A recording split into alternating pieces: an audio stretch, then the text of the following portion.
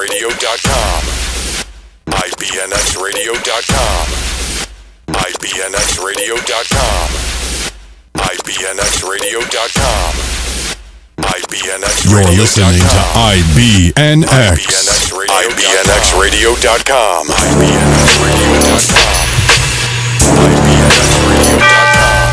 Hey everybody, it's Shameka and Alicia coming to you every Wednesday right through the speaker. So log in or stream live and give both of us that viral high five. Cause when you tune in, you'll never know what you may learn on the Hey Shameka Show. Hey, what? What?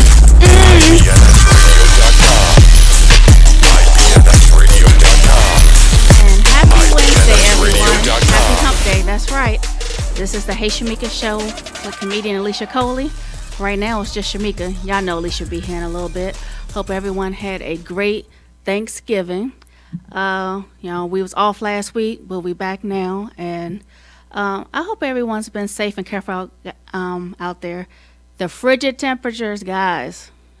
It feels like it's Chicago. Well, no, Chicago probably below freezing right now, but it was actually 28 here this morning, and so definitely bundled up. I feel bad for those kids at the bus stop, man. When I drive past them, they be looking a little rough, but I think it's supposed to warm up tomorrow or Friday, so but anyway, just chilling. I didn't do much for the holiday. I stayed home. I actually had stir fry on Thanksgiving, but we had our Thanksgiving meal on Saturday once my mom was off of work. So other than that, not much been going on. I guess we'll talk a little current topics since it's just me in here. Oh, Keith is with me as well. You smiling, Keith? You not gonna say hey?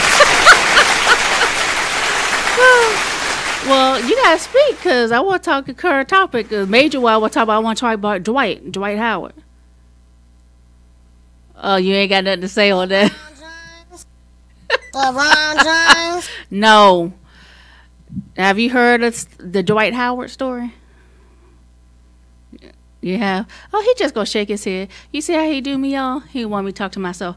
But those of you listening, I would just want to talk to y'all about, why do people still feel it necessary in 2018 to feel like they need to out people? And I don't even think that's the issue. It's allegedly story. I'm going to say alleged because I don't think there's been any proven from the other party.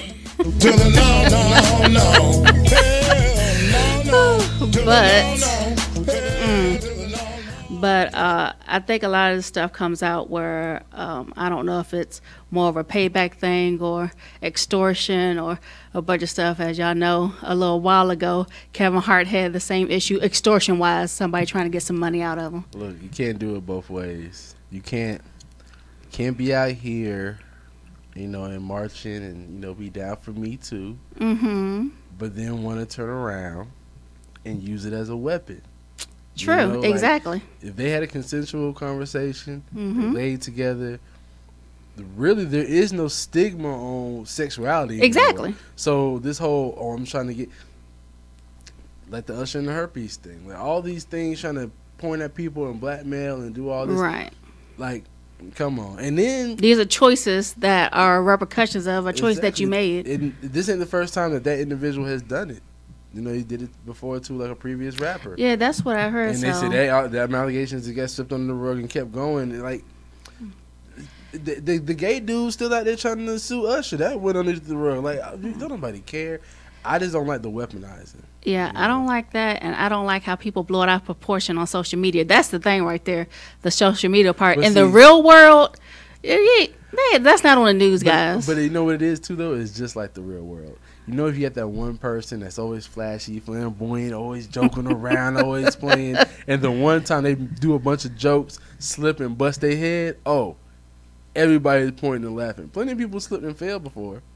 But since you're that person that got to be seen and dancing everywhere, and then he got 6 baby mamas, so then it's like you don't know how to pull out, but you're doing that too. Like, bro, you just getting it all over the place. Like, I don't know, but to me, other than the putting it all on social media, and people just jump on the bandwagon, and they meme stuff to the death of things. And there's so many memes and different videos that some comedians and some other other people on social media have done over the last few days, and I just he ain't gonna get to catch a break. He's in Washington right now. He on the Wizards. He's too big for that, man. That's the only thing about that kind of thing. I'm supposed to be that big and tall. I'm like, bro, too big for that, man. All I could think, the first thing when I saw it in my mouth, all I could think is how the nickname Superman. I'm like, no, don't Superman. Do that. Well, what did they say he do though? Is he like the top or the bottom? Did they tell that part? All I'm going to say is they said that he was recently out for injury. Hold on, is he out for injury? You better have me Google the White House. I'm serious. I read that he was recently out for injury. Where at? Soreness. A lower back injury? Lower back. Some people say it's more of the glute. It was a glute injury. Wow. Or glute soreness. Soreness. Or injury. I'm just saying. It was you may have to go on actual ESPN or something to get a more factual they a more factual thing for that. Injury reports. I'm about to look it up. Okay. You gonna look it up for me? I can't believe it. Let me know exactly what it says. Yeah, that's wild though. Yeah. Then you see the picture of the dude, girl, or what? Oh man. The picture of who? They said the headline says Dwight Howard's butt injury isn't getting any better. See glute. See, I was being nice to say glute. I was staying away from saying butt. It posted 2 hours ago, so I guess it was because they updated the injury reports. Right. And they thought he'll be healed, but they said it's not any better. Now, speaking from the nurse point of view, there are a lot of muscles in the buttocks area. So, and I know people have strains of muscles, but mostly when it's a strain, it's usually in the legs or legs or back. So I'm not sure. I appreciate that update, though, Keith. Specialist. How'd you hit a nerve? Oh man. See what? See, there you go. I mean, pull a nerve. How you pull a nerve? You can pull a muscle, or you can pull a ligament. I've never heard of pulling a nerve. I've heard that you have like a pinched nerve, or you have nerve pain. He is seeing a nerve specialist in L.A. That he pulled a nerve. We'll know more information in a couple of days, but it hasn't gotten any better. But it says in there he pulled a nerve. It says that on the report. They said he's going to see a nerve specialist. Okay. Well, he could be having nerve pain. I feel like there's only one way to get nerve pain. There's way too much muscle back there, so if you hurt a nerve, I don't know, but those athletes are always in the gym doing stuff. That pain done penetrated that See, muscle. Guys, y'all hear this right? He taking it extra. Man. Oh man. God, all right, guys. All that defense, all that D, playing basketball, too much D on the court. All right, guys, we're going to get off the glutes for right now, but we're going to take a quick break, and we'll be right back with the Hey Shameka Show with comedian Alicia Coley. We good.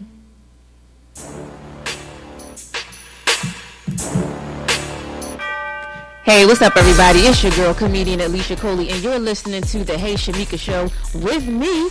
Tune in and stay locked in every Wednesday from 7 to 9 p.m. Join us, laugh with us, and learn with us. Y'all gotta come on, stay locked in.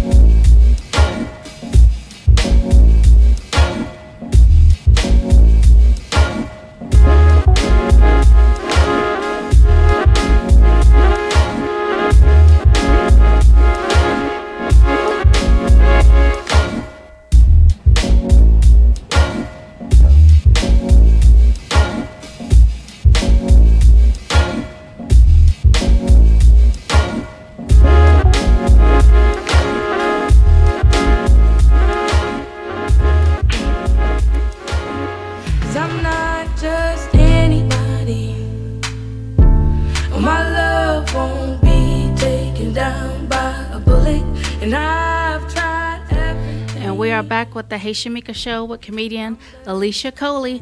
And y'all know what time it is. It's time for Sauce. That's Shameka and Alicia's unfiltered commentary. We kind of had a little bit of it already with Keith and I in the welcome session. But another thing that I wanted to kind of touch on this week is I heard a wedding. I believe it was in Australia. It was a wedding, and apparently the bride had gotten text messages from her fiance's side woman. I want to say, I hate to say piece, side woman the night before the wedding. And it was kind of an overview of everything that had been talked about, all the texts between them and messages. And so instead of her calling off the wedding, then she waits till the day of the wedding and the actual ceremony, and when it's about to begin, that's when she lets everyone know that it's not going to be an actual wedding. She starts talking about how he's cheated on her and starts reading the actual messages at the wedding. Did you hear about that, Keith? Man, that's this was in Australia, yeah, right? I was like, who does that? That sounds very vanilla. Because I've seen weddings where the side chicks show up, yes, and start fighting and whipping behind. So when you just show them, hey everybody, I'm gonna read these text messages, man, vanilla.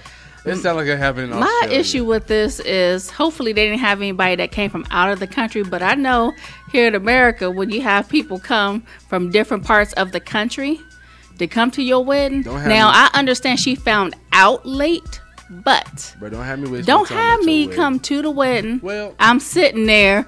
I'm thinking it's about a wedding about to happen. Did you break out this news? And I'm looking like, what? Do I get to eat though? Like, is the reception still going on? I think she said they was gonna still have a party. I mean, because everything's paid for at that point. And I think that was. I won't be mad then. And I think that was still flowing. If I still get a plate after this, so hold on. So you mean to tell me after these messages, y'all not doing the rest of the ceremony? It's time to eat.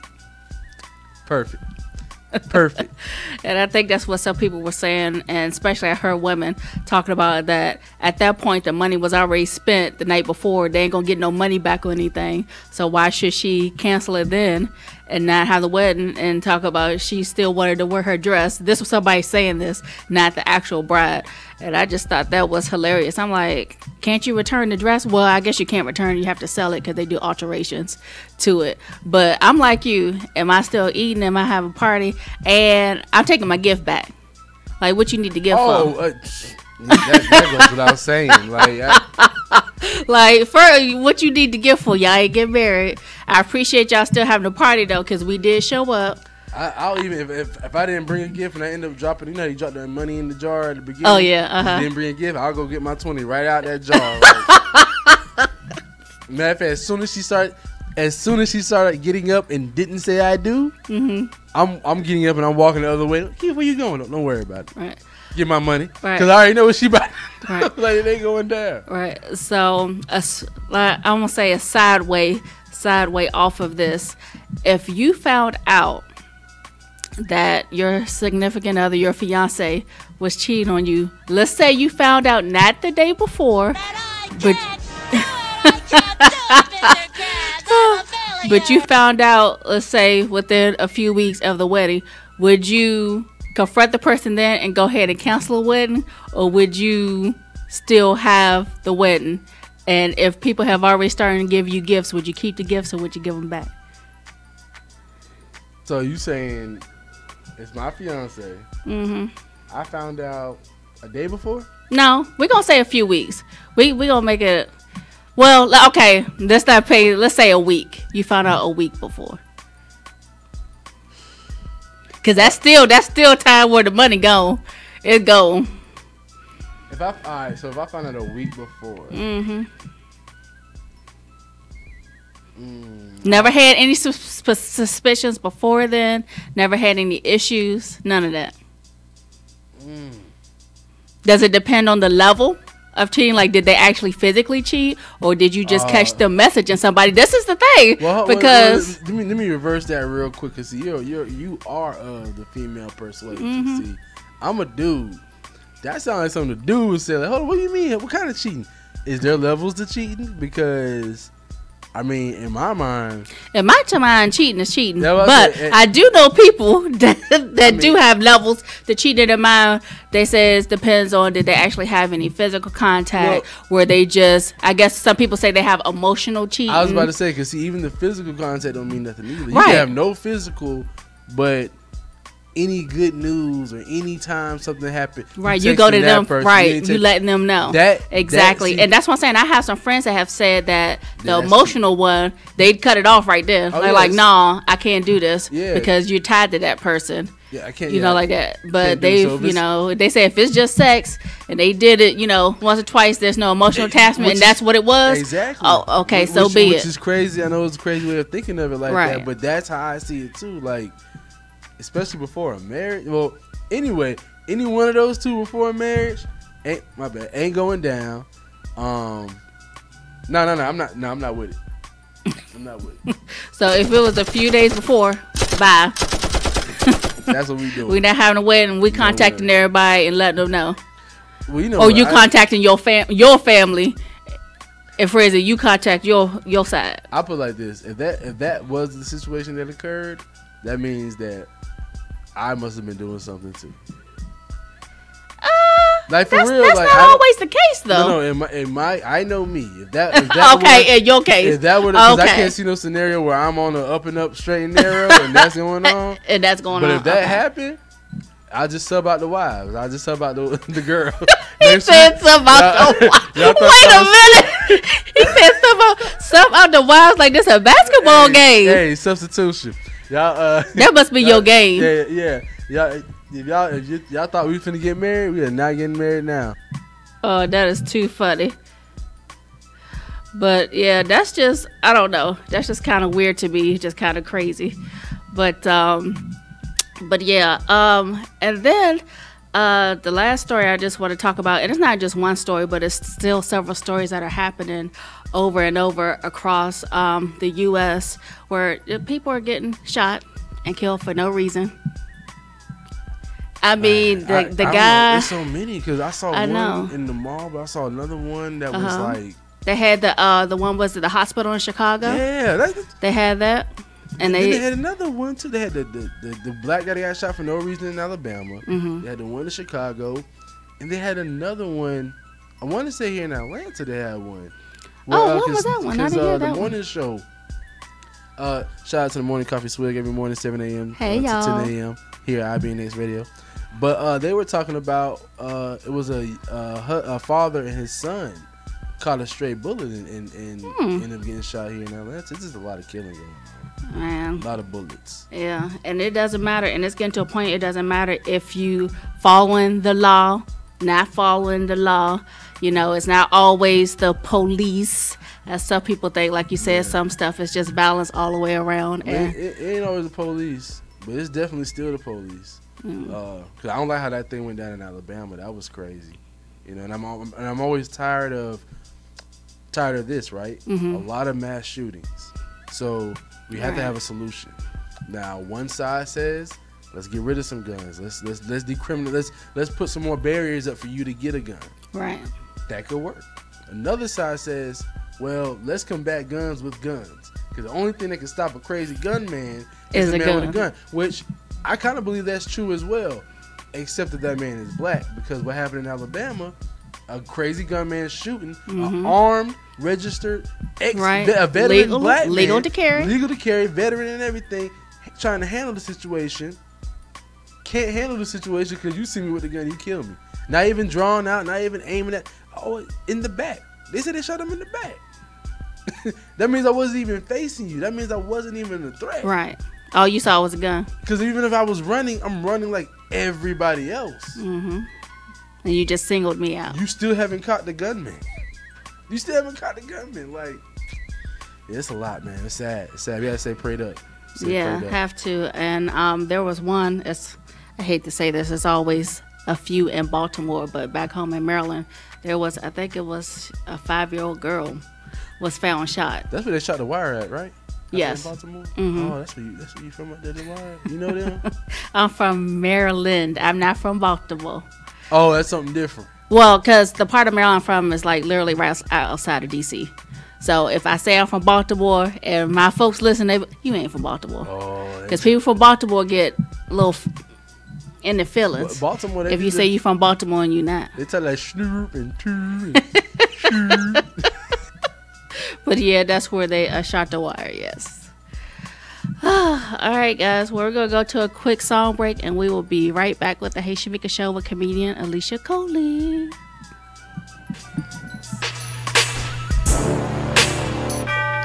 Hey, y'all. This is Shameka Love. Tune in and stay locked into the Hey Shameka Show with comedian Alicia Coley here on IBNXradio.com.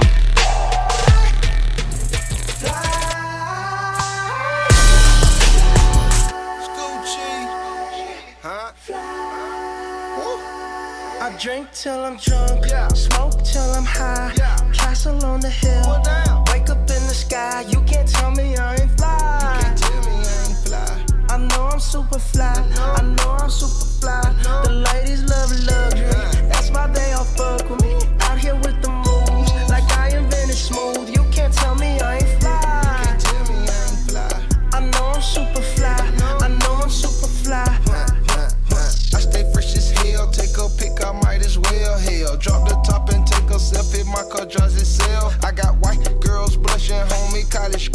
pushing on me. All my diamonds custom, so they clutching and they touching on me. Ooh, think it's vegetables. Ooh, think it's edible. Ooh, it's incredible. Ooh, ooh, ooh. I smell like bun number 99, section full of fine dimes. Bitches staring at me saying, wow. Unforgettable, like Nat King Cole.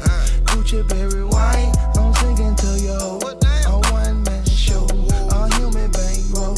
She lost in the sauce, cause Gucci got the glow. I drink till I'm drunk, smoke till I'm high, castle on the hill, wake up in the sky. You can't tell me I ain't fly. I know I'm super fly, I know I'm super fly. The ladies love luxury, that's why they all fuck with me. Out here with the moves, like I invented smooth. You can't tell me I ain't fly. I know I'm super fly, I know I'm super fly. Now watch me fly. Now watch me fly. You can't tell me I ain't fly. I know I'm super fly, I know I'm super fly. Mine so fly, I don't need no flight attendant. Big Cuban ain't don't need no pendant. I ain't never had no pot to piss in. Yeah, now all my records trending. Oh my, came from stealing bikes to flying another G5. I don't know why I ain't smoking this cherry pie so much, but this my life. I'm on Adderall, I be smelling high tech when I piss, like it's basketball. I drop 50 pointer on my wrist. It's Lil' Kodak, take a pic. I came home and dropped the hit. All these diamonds got me sick. I'm acting spotted. Cut it sitting high. I feel like I can fly.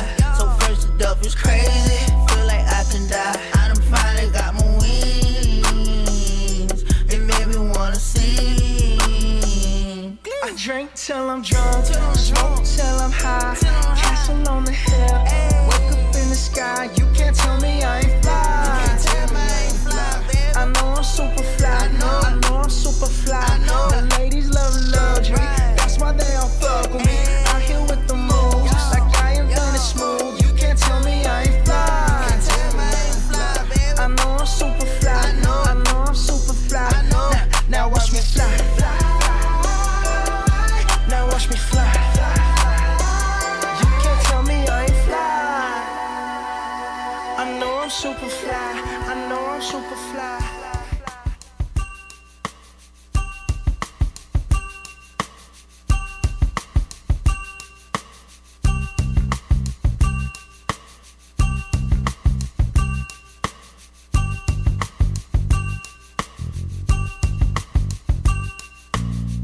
You are the flame in my heart. You light my way in the dark. You are the ultimate star. You pick me up from above. Your unconditional love takes me to paradise. I belong to you, and you belong to me too. You make my life complete. You make me feel so sweet.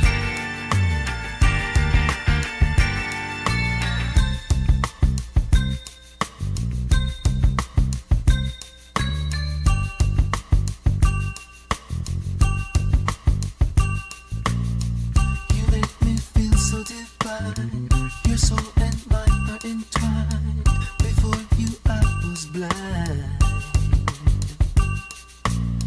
but since I've opened my eyes, and with you there's no disguise, so I could open up my mind.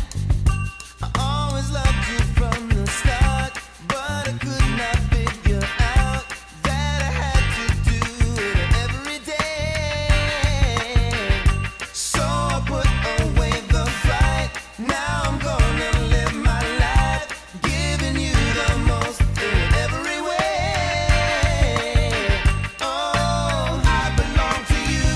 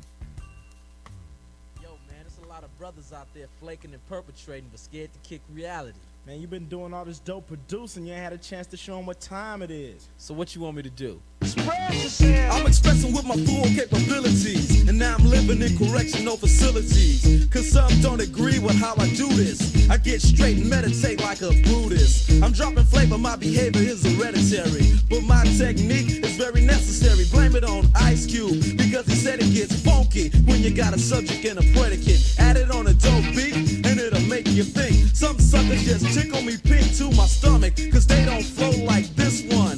You know what? I won't hesitate to diss one or two before I'm through, so don't try to sing this. Some drop science, well I'm dropping English, even if Yella makes it a cappella. I still express, yo, I don't smoke weed or cess, cause it's known to give a brother brain damage. And brain damage on the mic don't manage nothing but making a sucker and you equal. Don't be another sequel. Spread yourself.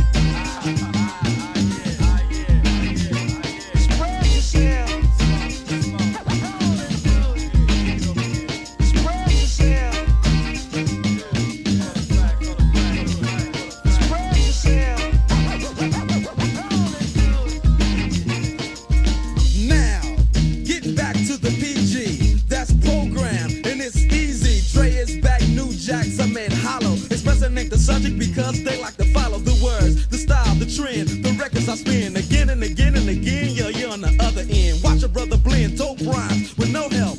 There's no fussing or guessing while I'm expressing myself. It's crazy to see people be what society wants them to be, but not me.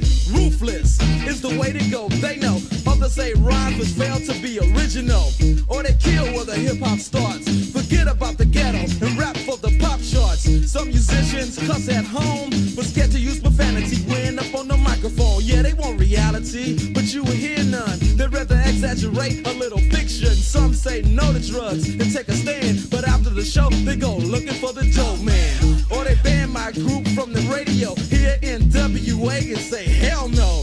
But you know it ain't all about wealth, as long as you make a note to spread yourself.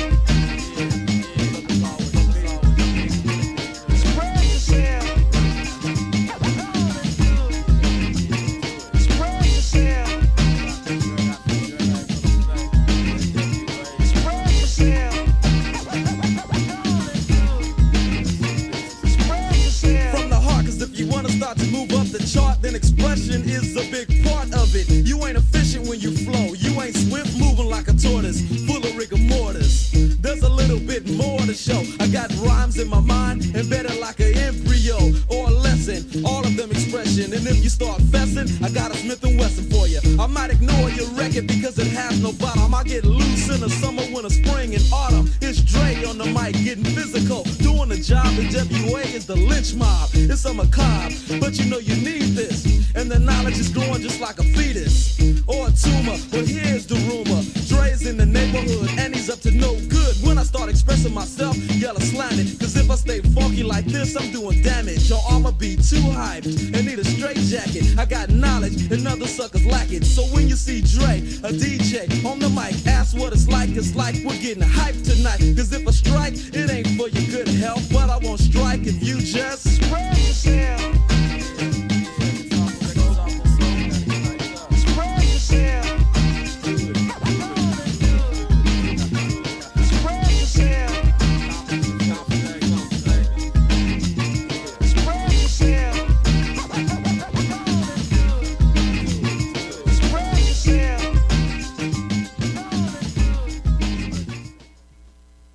Are you an entrepreneur, high-profile influencer, or creative that wants to level up in your business?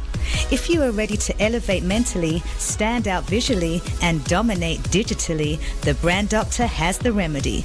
As a highly sought-after mindset coach and brand strategist, she helps clients globally to hit the ground running. Contact www.moebrandstudio.com or email getbranded@moebrandstudio.com. And we are back with the Hey Shameka Show with comedian Alicia Coley.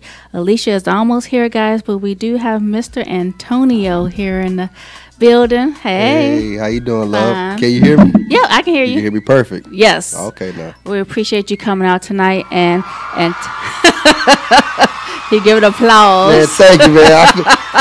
felt that, man. I felt that right through here, man. Thank you. And Antonio, he does A&R for his Zaytoven Familiar Territory Records. Yes, ma'am, I do. So that's a mouthful, man. That's a mouthful. Do you say that all the time, the whole entire thing, or do you just say Zaytoven? I'm like Zay A&R. Okay. You know what I'm saying? Yeah, because that's a lot to say.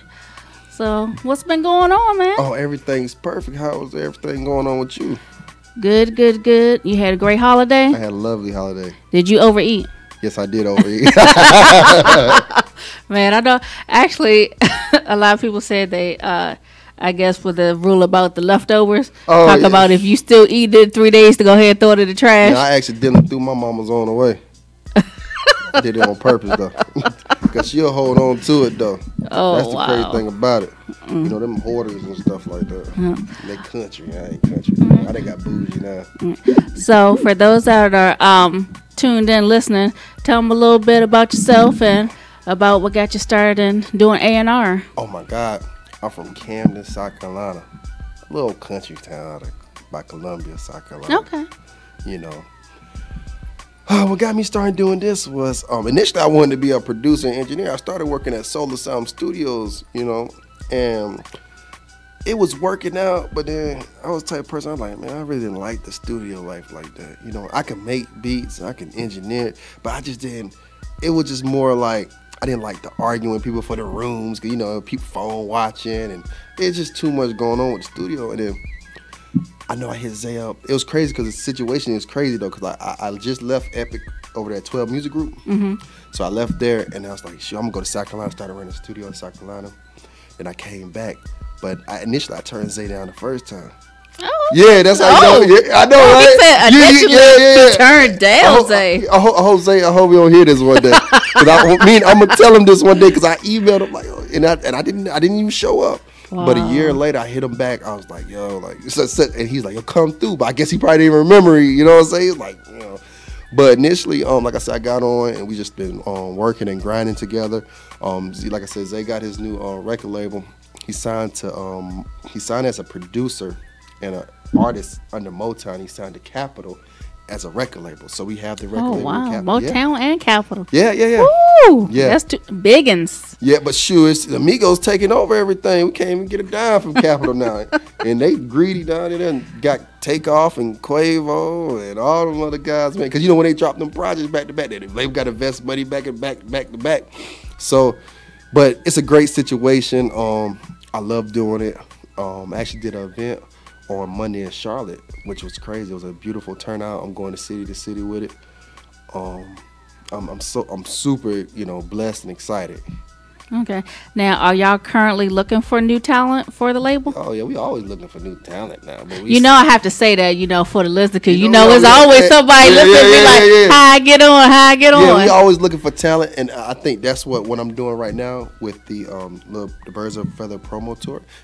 I'm looking for artists, but also too, they're gonna perform in front of the president at the end, which gives them 4 months to get their stuff right, get their social media right. Okay. Because it's kind of a cap. You know, I'd have been to showcase where A&Rs be like, man, you come out, I'm going to sign you, you know what I'm saying? I didn't want to do that, you know what I'm saying? I wanted to be authentic as possible. Right. Well, 4 months, that's a nice proper time. Yeah, 4 months, that should be able to that put fire in the people. You know what I'm saying? Versus you come out like, hey, man, we got such and such coming out, and they done dropped the flyer 2 weeks ago. When I say 4 months down the line, that gives them a little fire to get behind them and get their stuff going. So, I'm real excited about the project, and I'm actually elated to go because I'm going to Anderson. We're going to Anderson, so that's gonna be my next stop, and I'm just going to city with it. And I got some little events in between, you know. But basically, what I'm doing is getting the visibility of the label out there, getting anything that we're doing, you know, because Zay is looking for artists, but you know, also too, we look at character. Because it took me a year and some change to get on with them. Like I had to study up under them for a year and some change. You gotta do it right. Yeah, you know what I'm saying. So they looked at my character, and so when I came to him with this project, I was like, because if Zay type person, he'll be like, yeah, I'll let you do such and such. But when the managers like Nuke and Road, they signed off on it, I was like, oh, they take me seriously. You know what I'm saying? I was more excited for the blessings from them than Zay was. So.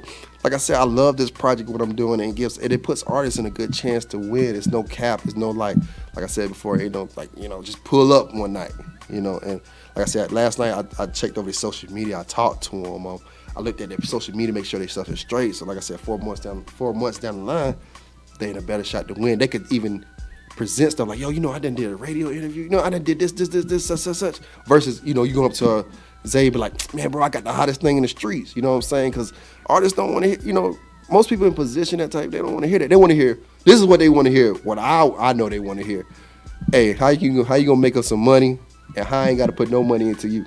I hope y'all heard that. Say that one more time for him. How can you make us some money, and how can we make money not giving you no money?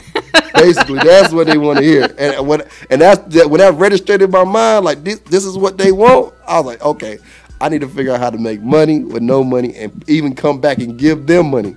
So when I came back with money, they was like, yo, like this is crazy, and we do got an artist named Tiffany Blue. She's signed, but I think they look at me as crazy. They're like, bro, like we got a signed artist on here, and you done did more shows, so that's how but I mean, it's a beautiful situation. I love it. I mean, I wouldn't change it for the world. All right, so you say Anderson is next, and what other are you doing? Just cities like in South Carolina and Georgia, or how? Like what state? What's the major cities? Could you say you going to? I'm actually going everywhere with it. And it's crazy because I got my boy K Fox. I got the Empire DJ Geo. Oh man, and they planned everything for me. When I started doing this, I felt like I didn't have time to really get to know people and put a team together. So when K Fox heard about my situation, he's like, bro, I could take you to the next level with it. I'm just like, shoot, I'm trying to, I'm just like, yo, all right, let me see, because I done seen him do stuff in the streets, so I automatically believed it. But once he said he could take a situation like mine and take it to the next level, I was like, okay, cool. So he just like, all right, bro, let me put it together. All you do is just show up and do the interviews, all that good stuff. And he put everything together. Like, he got a situation going on in Texas, and he got a situation going on in Michigan. Like, this is crazy. Like initially, I just want to do like five, 6 cities, But when it went from like 5 to 6 cities to everybody hitting me up, I was like, yo, this is crazy. Because like, I'm a firm believer. Sometimes you gotta be careful what you ask God for. Oh. Because when He give it to you, you gotta be prepared to receive it. Yes. And because you're gonna get that and plus more. I didn't like I said, I didn't realize that when I asked God for this is what He was gonna give me. But now I'm here and I was like, oh my God, like I'm just super excited. Like, this is like my second radio interview. You know what I'm saying? Like, I never did a radio interview before. So I'm real elated. Like, I'm super excited. Like, I'm super happy to even be here. Like, like, you don't understand. Like, this is just like, I'm just happy. Like, All right, so you said that you used to do, or you wanted to do producing and stuff, and then you switched over to AR. Now, that's a right way to word this. Yeah. Have you done anything, I guess, as artist yourself? Like, have you done any music, played any instruments, anything like that? No, that's it. Okay. That's how I got into it. Don't say that's it. That's something. Well, that's how I got into producing, though, engineering. Because, like, initially when I want to do music, like I said, I'm from a small town. So when I told people, like, yo, I want to do music, they was like, it kind of like went in one ear and went out. I was like, yo, I really want to do this. So I knew I had to have a skill to get me in the industry. So I was like, okay, well, I knew I could play the piano. You know what I'm saying? Growing up, my grandma forced me to be in the church. You know how that goes. It's a good life skill, though. And now I'm a little church boy, so I knew I was like, yo, I could take these skills. And then all I did was, like, I didn't play it so long, so I just got somebody to really enhance it and bring it back. And like I said, I started producing. And I got back into the studios, with Solar Sound engineering and stuff like that. And like I said, I didn't have the love for it. Like my boy JD, he used to sit there and make beats all day. Wow. And me, I was like, I just make like 2, I'm like, yo, I'm done. And everybody's like, and then I was super sensitive too. Like, I could make like 4 beats a day, and like maybe 2 might be hot and 2 might be trash. And then somebody like, man, I'm just ain't hot. And I'd be like, man, this is my craft. And you know what I'm saying? So I was too sensitive to be something like that. I was like, this is my craft. You can't tell me what God did. You know what I'm saying? And like, man, bro, all we do is tell them we don't like this. So I knew from right then and there, like, I'm too, like, I couldn't deal with it, because I'm too, like, I don't want to say sensitive, but when it comes to that area, I was, like, super sensitive. Right. But, like, with this, I ain't got to deal with, nobody telling, it's just like, yo, I just want to take an artist from one step to the next step. Right. And I know the formula. Right. All right, guys, hang tight with us real quick. We're going to take a quick break, and we will be right back with the Hey Shameka Show with comedian Alicia Coley. All right, thank you.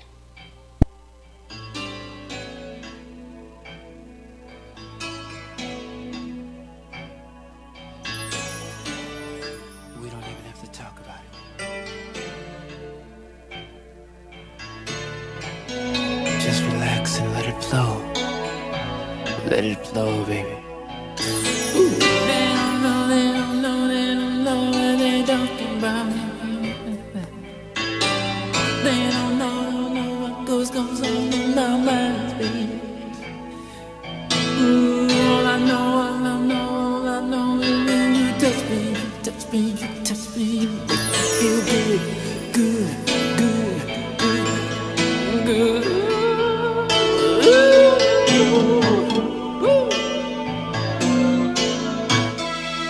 That's right. Let's do it, baby. Do it again. Right there, right there. La, la, la, la, la.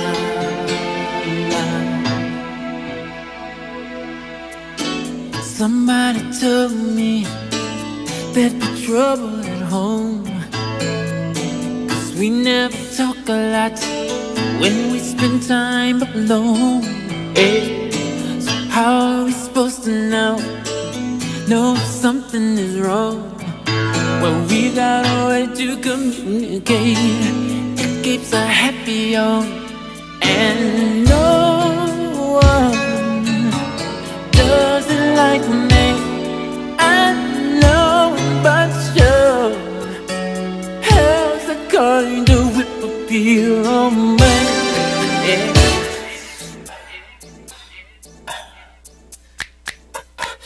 Keep on whipping on me, work it on me. Whip all your sweet, sweet loving on me. Look at here, baby. When we go to work, how the day seems so long. All the things I think about, can't wait till we get home. 'Cause we got a way of talking, and it's better than words. It's the strangest kind of relationship, oh, but there's still always words. And no one does it like me, and no one but you has that kind of appeal on me. Yeah. Whatever you want, whatever you want, baby, it's alright with me. Hey, it's alright with me. You got that you, so work it on me. Yeah, it's better than love, sweetest than fear. You got that appeal, so whip it on me, baby. Whatever you want, it's alright with me. Alright with me. You got that whip appeal. Work it on me. Come on, wear it on me. It's better than love, sweetest than fear. You got that. Oh, you got the whip appeal. Come on, wear it on me, baby. Oh, ain't that good to know we got a real good thing. Just you and me, baby. Got a good way of talking, baby. It's better than words. It's better than oh, would you give it up for the world? Oh, don't wanna take it from me. No way, no way, no, no way. Whatever you want, it's alright with me. You got the whip appeal. Come and wait on me. It's better than love, sweet as can be. Oh, you got it, oh, you got it, oh, you got it, baby. Keep on whipping on me, oh, working on me. Hey, whip all your sweet, sweet loving on me. Keep on whipping on me, you working on me. Whip all your sweet, sweet loving on me. Yeah, yeah, yeah, yeah, yeah.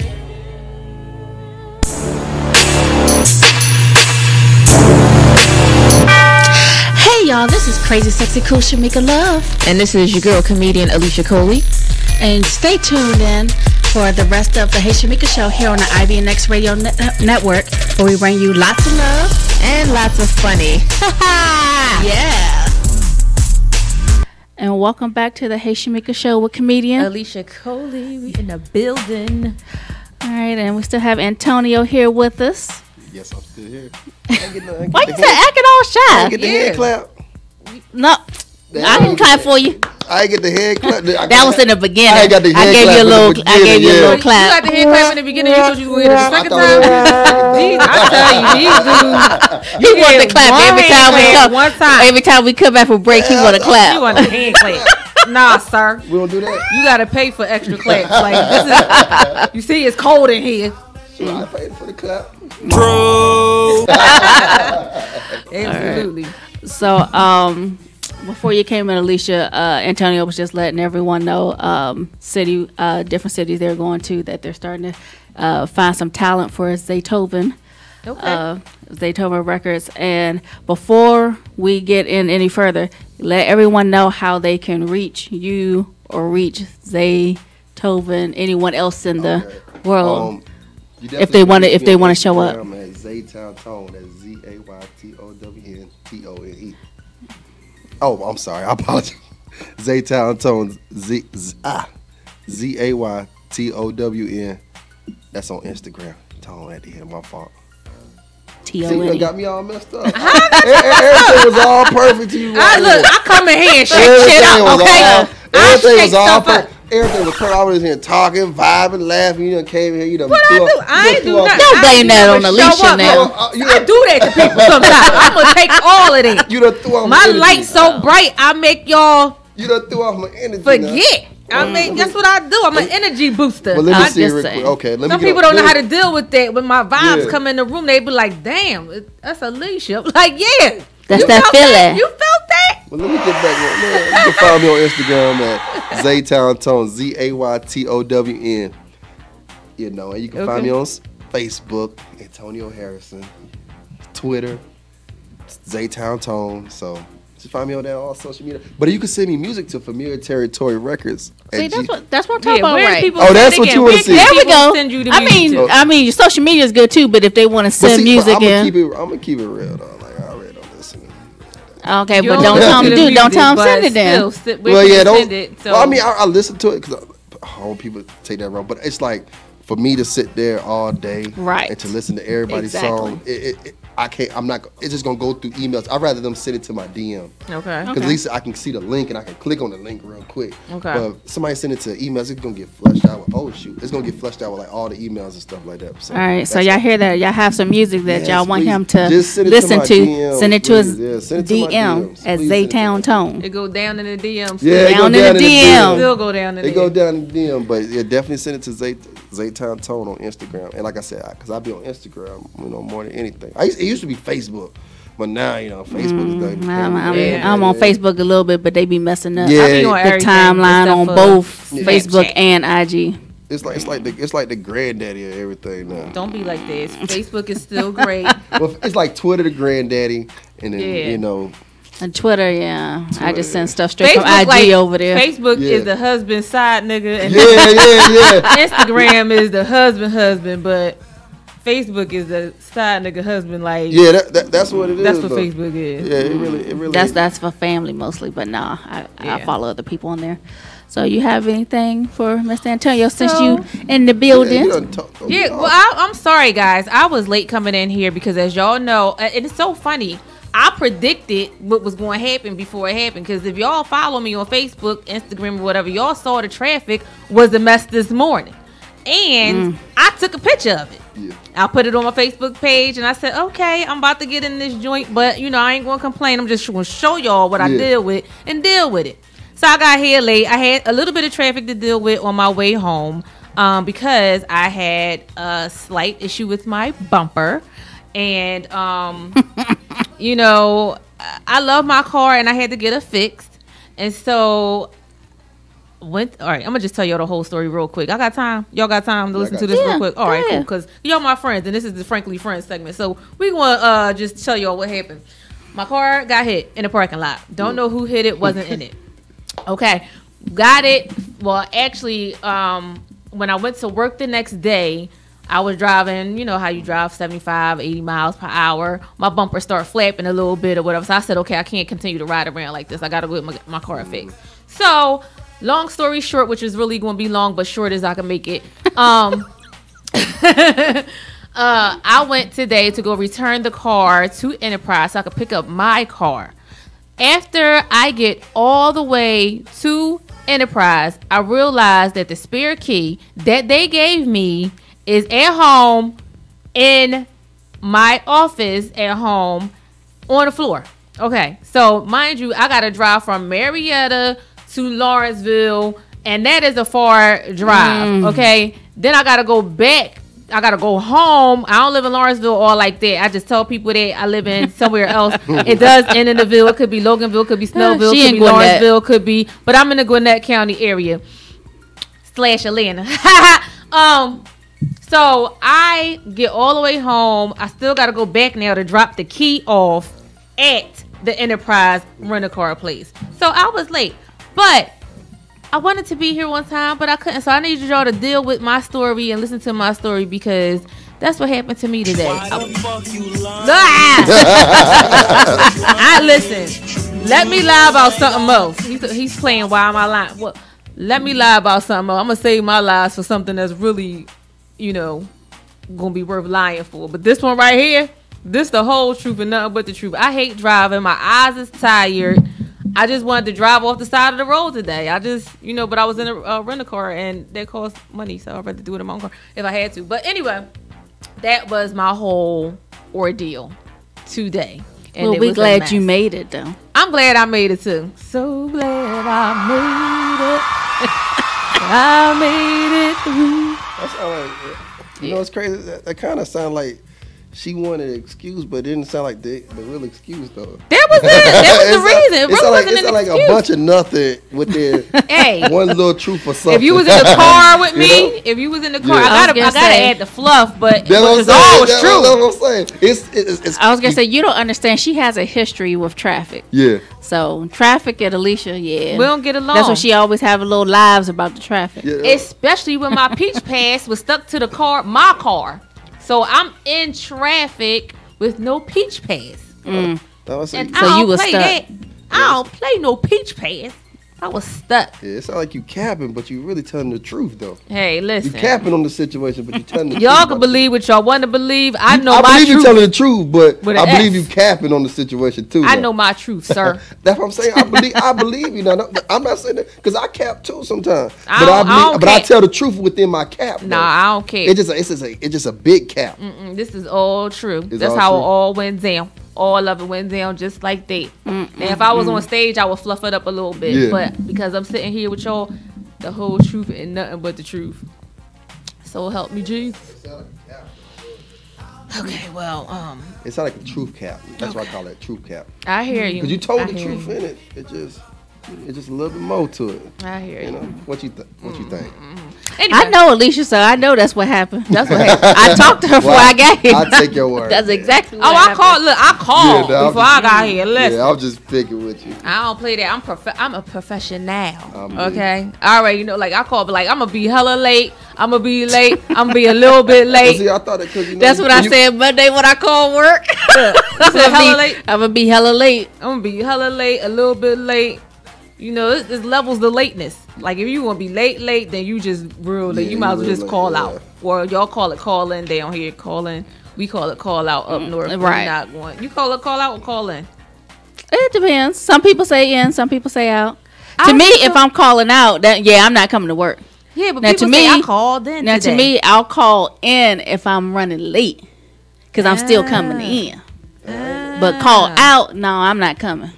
I'm not gonna be there. Do y'all say call in or call out when y'all not gonna go to work? When you wake up in the morning and you say, "Oh, this is the day that I'm not gonna make it." Do you say you call in or you call out? Because I call out because that means I'm out. I ain't coming. Well, maybe it's a difference. I think maybe where the difference is people saying they called in, but at work it's considered you called out. Maybe that's the difference. Maybe that's with the terminology. Maybe that.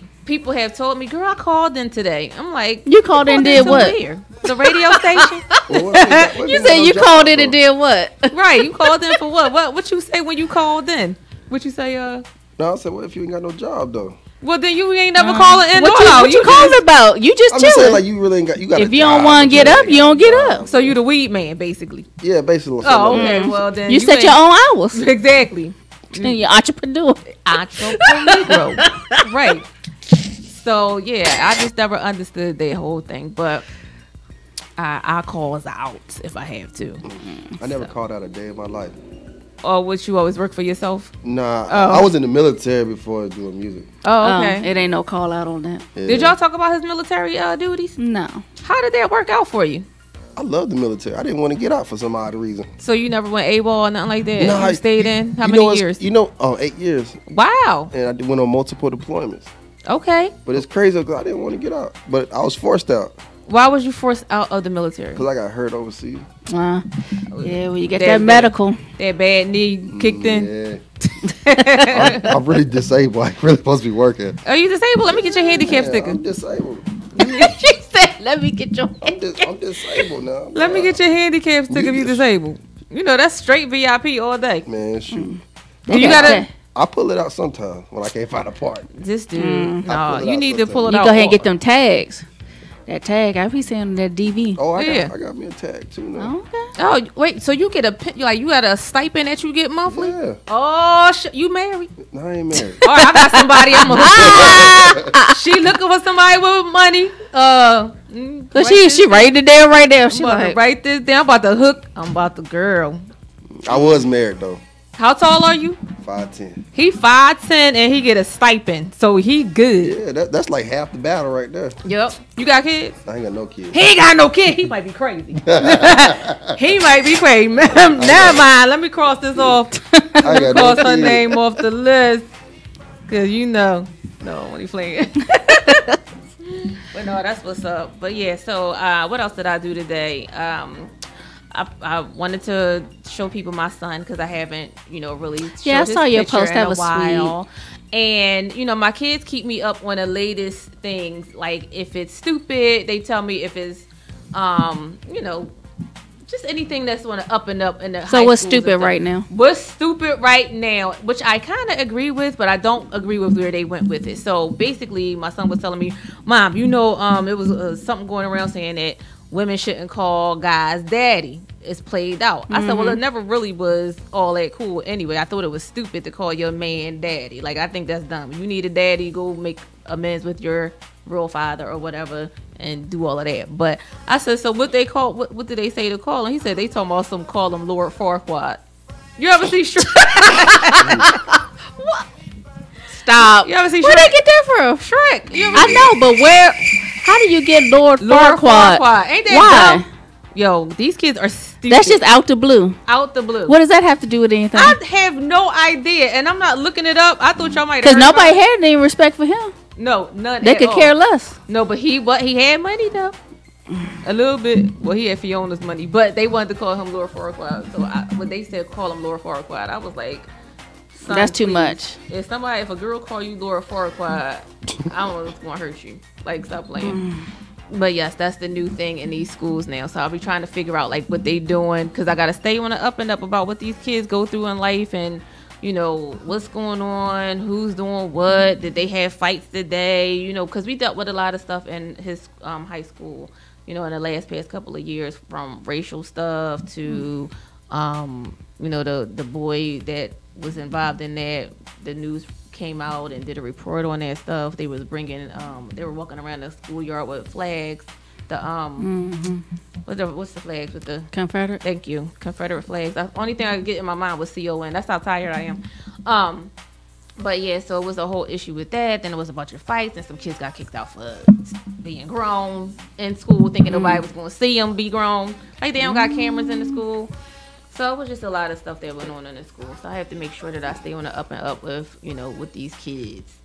Because I know what the kids doing. I fight kids. So if y'all mess with my son or my daughter, I will be at your school, elementary and high school. I fight both of them. Like Like, She said elementary and high. Yeah. You ain't gonna start at middle. You I ain't gonna start at middle. I choke slam a 7-year-old. Whoop. Yeah. Choke him and then I slam him. Lord have mercy. Bless the kids. Hey, whatever. Whatever. So, but yeah, I think that's it for this segment of Frankly Friends. I just wanted to tell y'all about my day and see if y'all had any empathy or sympathy for me, and it didn't sound like it. It ain't really sound like y'all even gave a shit that I had a hectic day. We had listening ear on though. You got it out. We had a listening ear on. Yeah. You got it out. Well, I So you appreciate doing y'all good? for listening. That's y'all, crazy. Y'all suck. No. I mean, What? I'm nice, but I have You sympathy, kept my empathy attention. for I people. was I don't have watching. sympathy for people. What? No, I don't have He sympathy. said empathy, not I sympathy. don't have sympathy. Oh, okay. Maybe that's a military thing. Well, no, you can't really have sympathy for people. You can't Why? really feel sorry for people. Why? Why would you feel sorry for them? They got the same opportunity like you would have. Wait a minute, sir.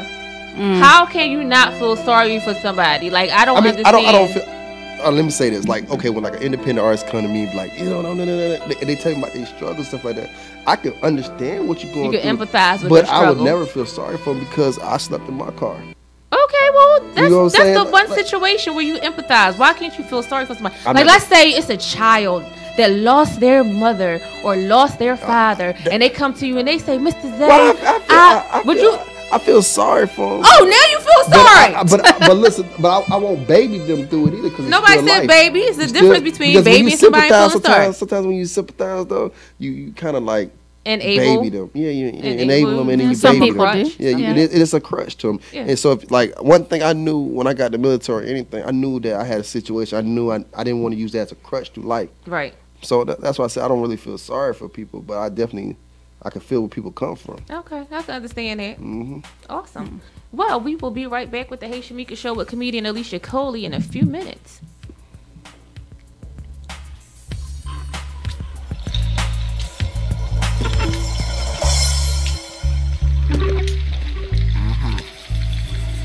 Even the sun goes down, heroes eventually die. Horoscopes often lie, and sometimes lie. Nothing is for show, nothing is for certain. Nothing lasts forever, but until they close the curtain. Y'all know, it's him and I, a woman and I.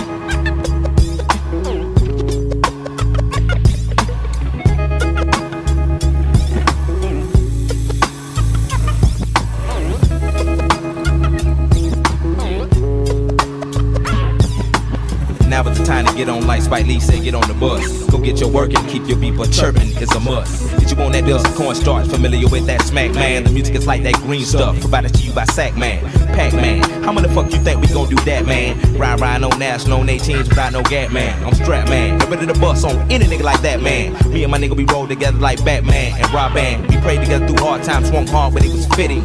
But now we tapping the brakes from off them corners that we be bending. And Volkswagen and Bonnevilles, Chevrolets and Coupevilles. If you ain't got no rims, nigga, don't get no wood grain steering wheel. For real, you can go chill out and steal bill. Let your paper stack instead of going to overkill. Pay your fucking beeper bill, bitch. Even the sun goes down, heroes eventually die. Horoscopes often lie, and sometimes why. Nothing is for show, nothing is for certain. Nothing lasts forever, but until they close the curtain. It's him and I, or him and I.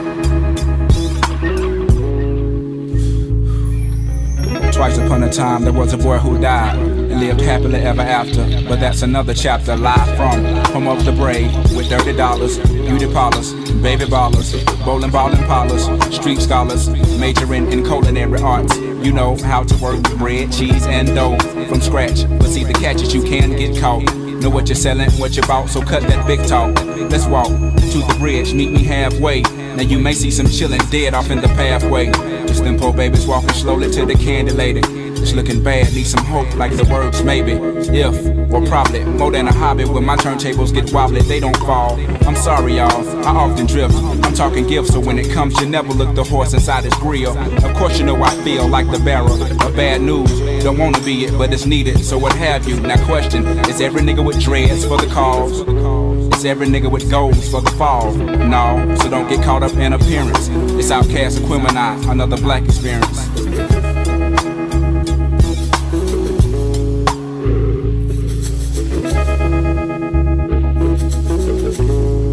Okay. Even the sun goes down. Heroes eventually die. Horoscopes often lie, and it's sometimes why. Nothing is for show, nothing is for certain. Nothing lasts forever, but until they close the curtain. It's him and I, Aquemini.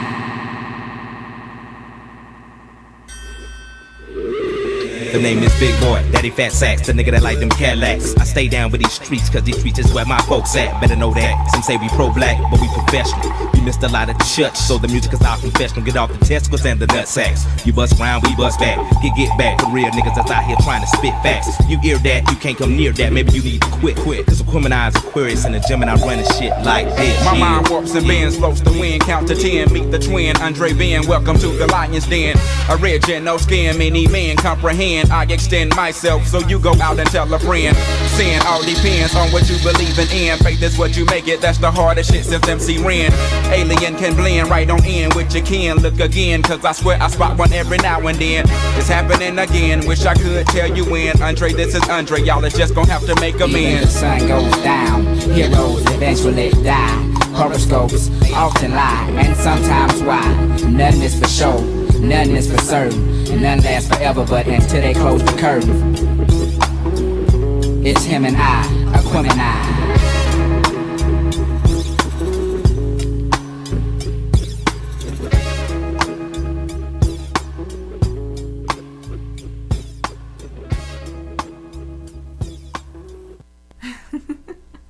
Girls on the floor.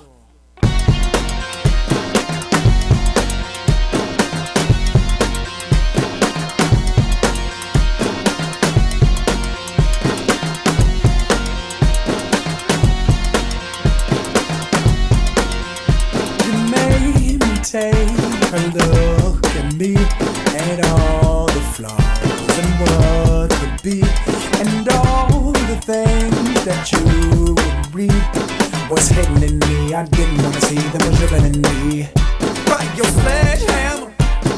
We are back with the Hey Shameka Show with comedian Alicia, and we have another guest in the studio, comedian Kirby Wilkins in the building. What's going on? I'm excited to be here. Thank you for having me out here.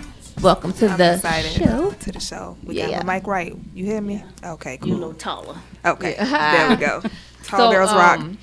Yes, y'all do, because y'all be asking y'all at the market, could y'all reach that? I don't want the Uncle Ben's rice. I want the other rice right there. Just give me the Kroger rice brand, but the one in the back.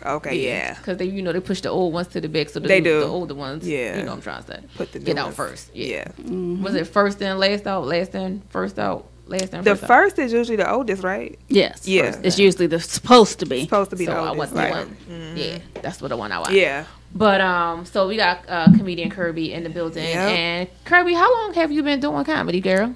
Man, see, when people ask me that question, it's tricky. I started comedy in 2011, but I would get on and off stage for years. I would say I didn't start taking it serious about 2015, but I started 2011. That was the first time I got on stage, September 22nd, 2011. Okay. So yeah, she know the exact dates. My friend found it for me. She know how to like investigate stuff on Facebook, and I put just performing comedy for the first time, and it was September 22nd. And so yeah, she did it for me. Shout out to Nene. Nene died. Yeah. Oh, Nene. Yeah, you know Nene. Yeah, right. So right. wait, did you say your best friend or friend? Friend. Oh, friend. Okay. I don't believe in best friends. You did say that. I want to talk about that too. Okay. I would like to talk about I don't believe in best I friends. really like Nene. She's really cool. Cool people. Dope. And I heard she's a she know how to drone on people. She one of the champs. I heard, and I haven't heard her do it yet, but she real slick at the mouth. Oh yeah, it's funny. She'll get you. She'll get you. Mm-hmm. Yes. So I know y'all do videos. You do skits and videos. I know you got some books you writing and all of that stuff. Let's talk about it. Okay, what we want to talk about first? I just finished my second book. I wrote a sequel called I wrote a book called The Day She Killed Isis Story, and that's basically about a Sunday school teacher turned assassin. And then I wrote the sequel to that. And so yeah. Okay. Waiting to put that out. Sunday school teacher turned assassin. Yeah. Ooh. So it was crazy. She caught her fiance cheating with her stepmom. So what gave you the inspiration to write something like that? Like, I know comedians have a different observation way of observing things. Yeah. And I know we make up some stuff. Sometimes our jokes can be like, we can have a situation where our jokes will lead us, but we can go like way left and it still be on point. So what inspired you to write something like this? For me, I started off as a filmmaker. I wasn't always a comedian. I started off as a filmmaker, and one of the reasons I moved to Atlanta is because I wanted to get into the film industry. And so what happened was that book that I wrote was originally supposed to be a web series, and I just had it sitting around for years. I shot one episode, and then the guy who shot it for me, like, I could never get the footage for it. So I was like, dang, I still want to tell this story. And on Facebook, I used to post a whole bunch of stuff on Facebook. And then my homeboy shot to Marlon. He's a comedian, Marlon Ballard. And he was like, you put too much material on Facebook. And so I was like, well, sometimes I just be talking. And he was like, well, everything you say could be material. So like a light bulb went off in my head. And I was like, every idea I have could go somewhere. It doesn't necessarily have to go on stage. It could be a book. It could be a song, a play, whatever. So I was like, you know what? Let me turn this idea into a book, because I can make that happen on my own. Yeah, so, Marlon is cool people. A real smart dude. He is. Quiet. But he got a lot of knowledge though. I know Marlon. Yeah. And so then after that, I'm gonna turn that into a movie, probably like a short film. So I just want the visual out as well. But yeah, I write movies, plays. I'm really trying to get like a television writing job, because that's where the money at. You know, they say movies make you famous, TV make you rich. So I'm trying to be rich. Yeah, I've been working on a pilot, so I'm trying to get that shopped around. But I try to stay working, you know. Yeah, absolutely. That creative mind, you gotta make. You got to, because it's just like they say I write a lot. They say every writer is schizophrenic because you have so many characters in your head, and I feel like I just have to get the stuff out because so many thoughts come to my head at once. I'm like, I gotta get it out. So let's talk about that a little bit too, because first of all, you said when you moved down here, where you from originally? I'm from Florida, Palm Beach. Okay, so you moved up. I moved up. Yeah, I moved up. I don't know. I said I moved up. Yeah. South Florida. So I have heard about writers and how they need to get stuff out because they have those voices and things like that. What do you hear more of the crazy side, or more of the serious side, or more of the intellectual? Like, what speaks to you the most? And I'm not, when I say intellectual, I already know that you are intelligent, so like, I'm just saying, you know, what do you hear more? Like, should we go crazy? Should we go with the comedy? Should we go when it comes to creating? When it comes to creating, or even writing, whatever is easier for you to answer. You know, I used to write everything, but they was like, you know, what's the saying? Jack of all trades, master of none. All trades and a master of none. Yeah, so I used to kind of write a whole bunch of stuff, different genres, and people's like, you got to focus on one thing. And people mainly know me for comedy, so I try to keep everything to comedy. But now I'm venturing out more, which is why I did the book. So it's like on stage, I try to do the comedy, but I also try to show people I could do a film, I could do a play, I could do the skit. So I just try to, like, whatever people mainly know me for comedy, so I try to give people that, because that's what they want from me. But I think about, man, by myself, man, I think about crazy stuff. I think about, like, man, I don't even know if I want to go there. I think about the plight of black people a lot. Okay. Yeah. So. Yeah, and I think we all do. Yeah. And I think we've all been. I mean, some of us go into it a little bit deeper than others, of course. But I think with this whole turn of the 45 era, I think we've been thinking just about the social media. It lets you see. You read the Willie Lynch letter, right? A long time ago. Yeah, but you pretty much know the basis, and it's funny how social media shows us how it's still going on today. Right. Like right now, you got like the man versus woman thing going on, and it's like I get online every day, Facebook, Instagram, and you see men ain't shit, women ain't shit. I'm like, damn, we do this every day. Like y'all don't have nothing else to talk about. It's a whole world out there. Y'all want to talk about the same things over and over. I want to start seeing where we are all really helping each other and starting to build that community where we are actually getting it together. And I don't want to say that we're not trying, and of course we're not there, but I feel like there's a wave slowly turning that way. I just think that it's slow. Okay, yeah, it's real slow. Yeah, it's slow. It's slow, but I see it more. And when I say that, I mean like there was a time. And let's relate it to comedy. Okay, let's just go there because there was a time when, as a female comedian, you know how hard it was to get on stage with dudes or whatever. So even with that, you'll see, like you mentioned, Marlon helping you out or whatever. Yeah, he does. So it doesn't, and it depends on the individual too, of course. But I see it more now where, like Jay Smiles was on the road with Guy Tori. Oh, dope! And, I didn't know that. Wow. Yeah, who else was she with? Tony Tone. So they all was on the tour together. So yeah, so like I see them bringing females on. It's slow. Yeah. You know, but it's happening. You know, people reaching out to different female comics that are dudes that have been working and bringing them on. So I see that wave. Now, there still is, and I call it a blanket of bitch assness that is covering for sure. the that world. ain't never going nowhere.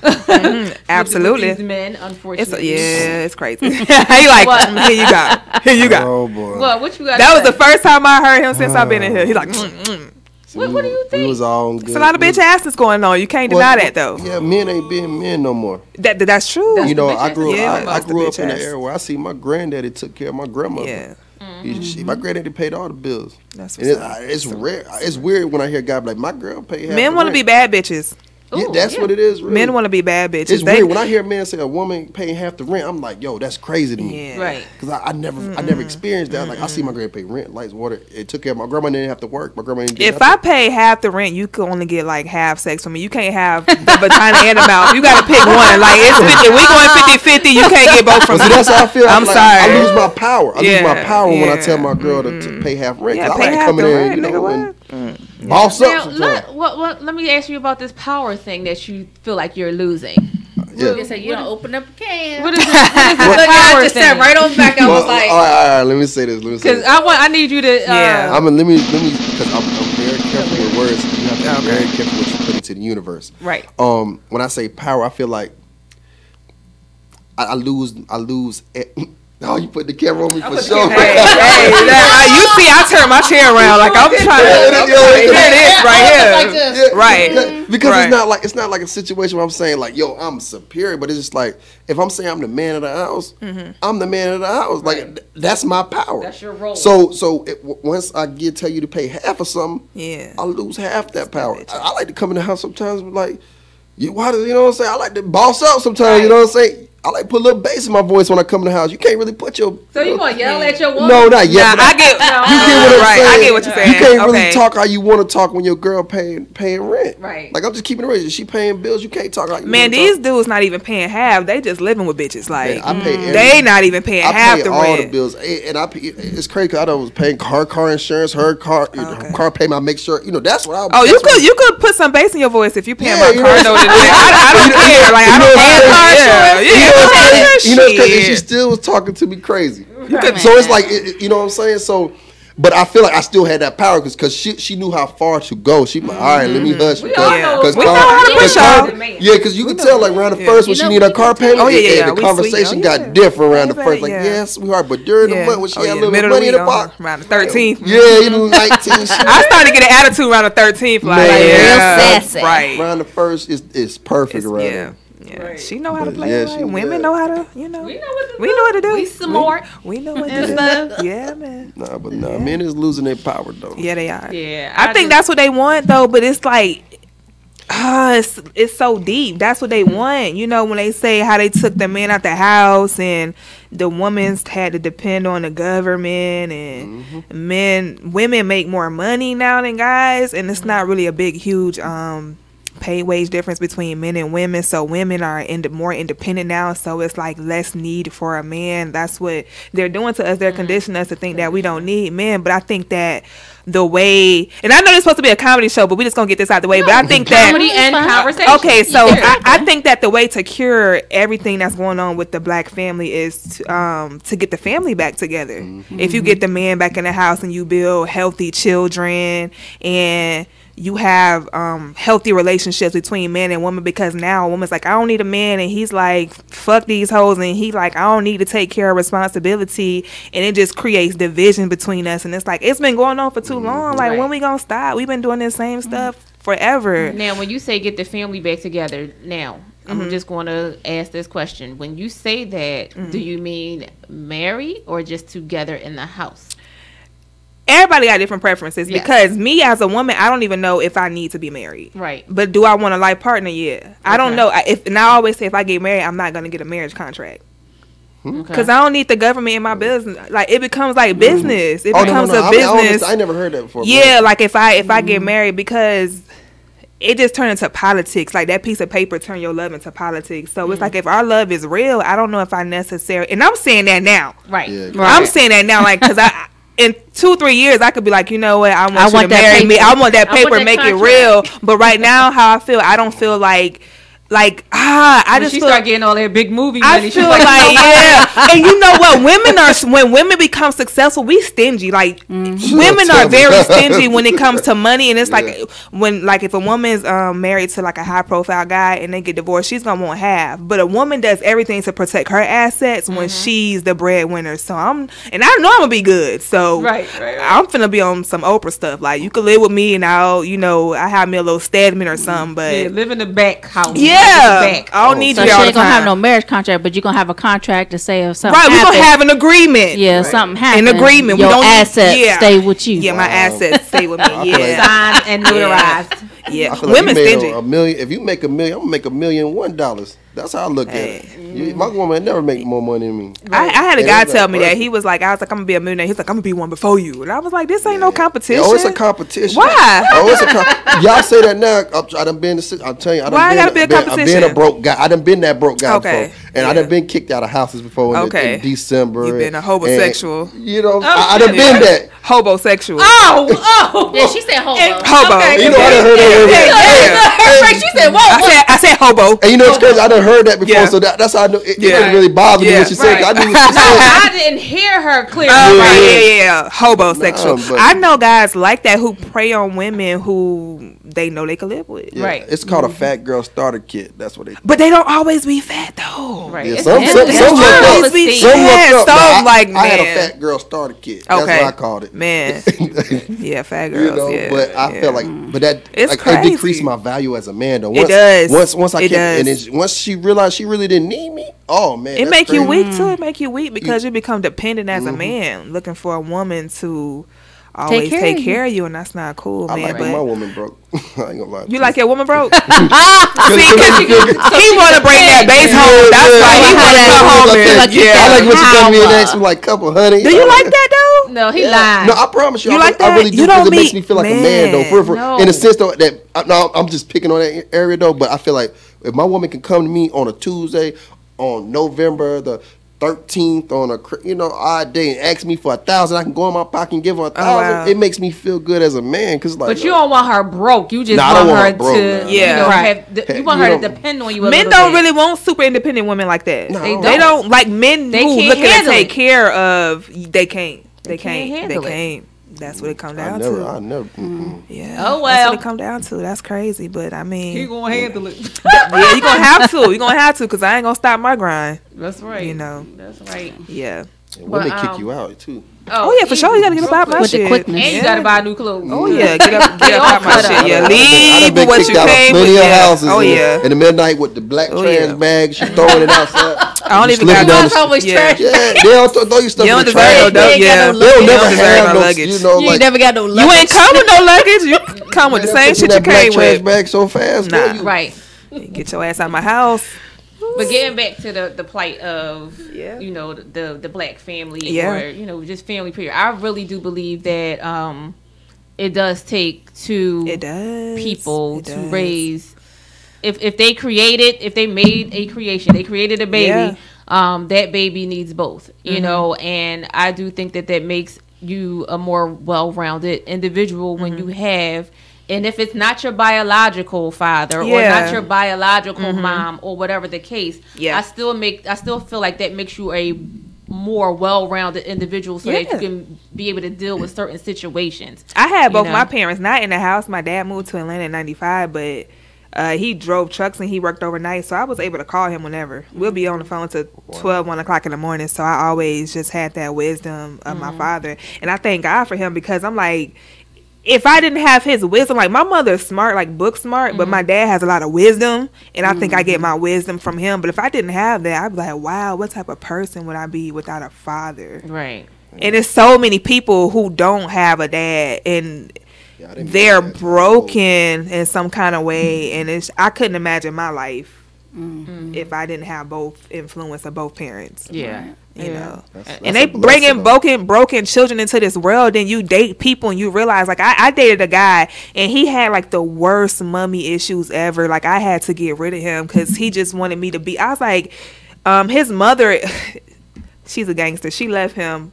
She left his dad for another man. Now, usually you don't see that a lot, but he had like this resentment against his mom because he felt like his dad was a good guy, and so he grew up with his dad, and he had like these issues with his mom to where they didn't even speak for a couple years. And one day, like, we got into an argument. I was like, "Go find your mama, because I'm not about to do this." Well, that's what I was told too. Before. I wasn't raised by my mom or dad too, so you definitely it's something we searching for.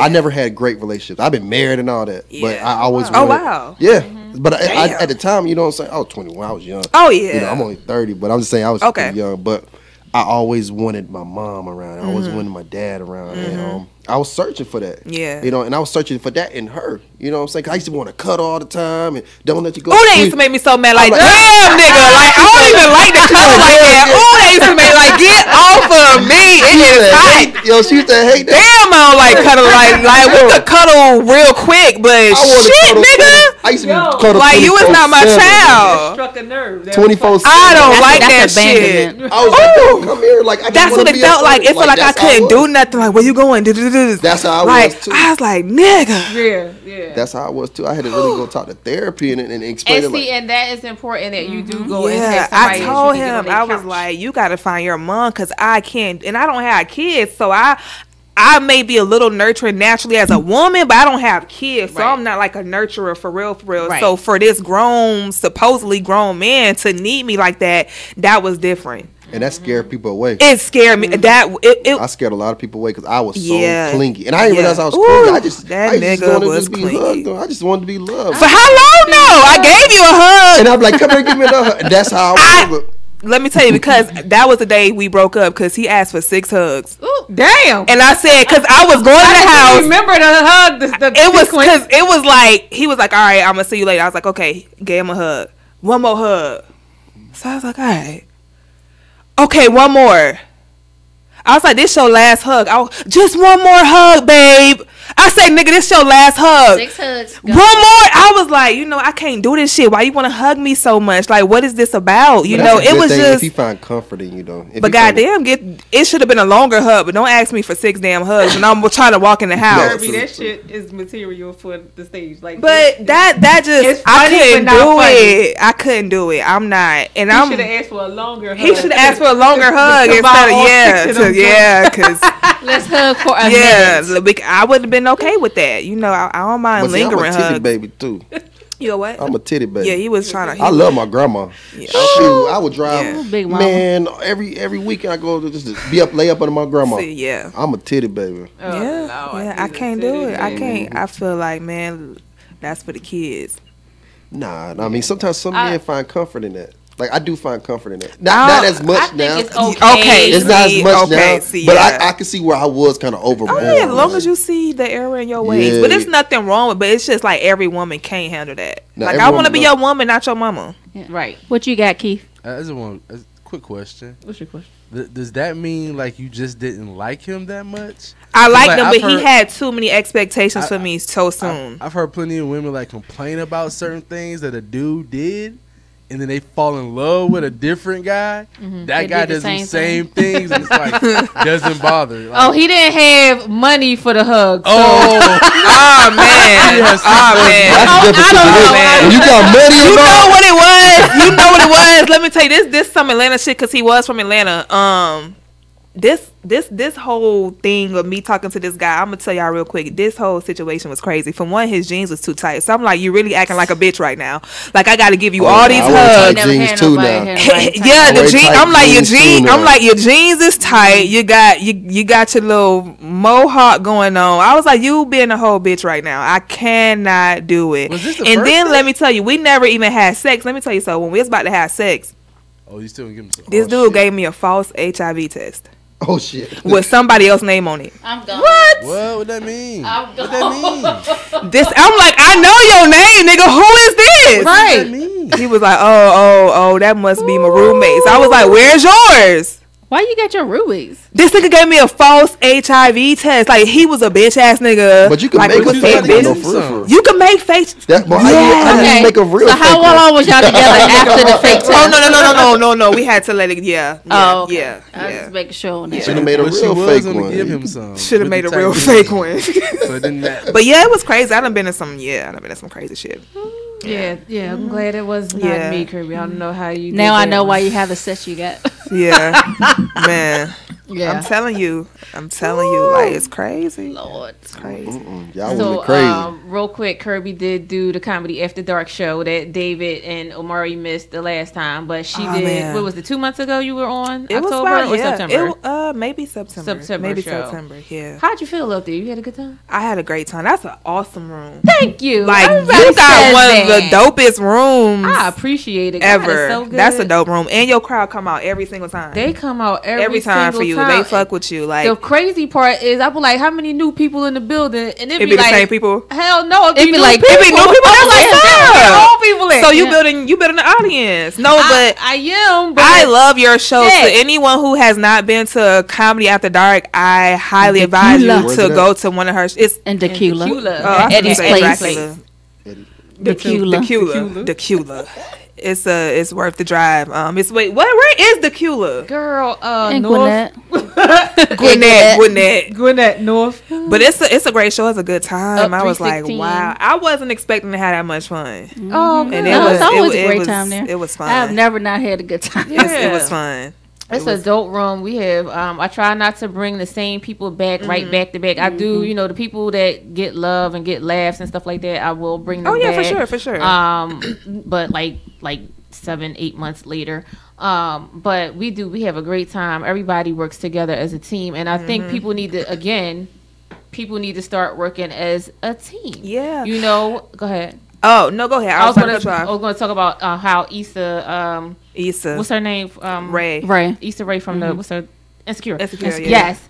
How she said she looked, to her peers for her help. She reach didn't out, go reach up, up. Yeah. to go and get help. Great She went, advice. So I really feel like Level if you don't networking. have your team, and they're not working with you, then it's not going to work. So, Yeah. Eddie's place, they're really good. We're working together. You Yeah. know, we're building up, even the businesses around, Oh, will wow. help out Yeah, as 'cause well. you did the giveaways, yeah. And and we give people a chance to promote their business. Yeah. Too. So it's like we It's a all win-win. in this thing together, and it's not going to work if somebody is disappointed or they like I'm out. It's not going to work. So everybody needs to be on board with it, and I think a lot of people need to start thinking that way. So somebody can have, not just somebody, we can all have something. So it's like, let me get my stuff together. Yep. My stuff get together, then we work on your stuff. I was Then having your this stuff get together. conversation 2 days ago. If the Atlanta comedy scene could collaborate how the Atlanta music scene does, we'll be explosive. Because we already have so many beasts in Atlanta. So I'm like, how all the artists collaborate, and you got the big artists, Gucci Man work with this person, Amigos working with this person and that person, and everybody like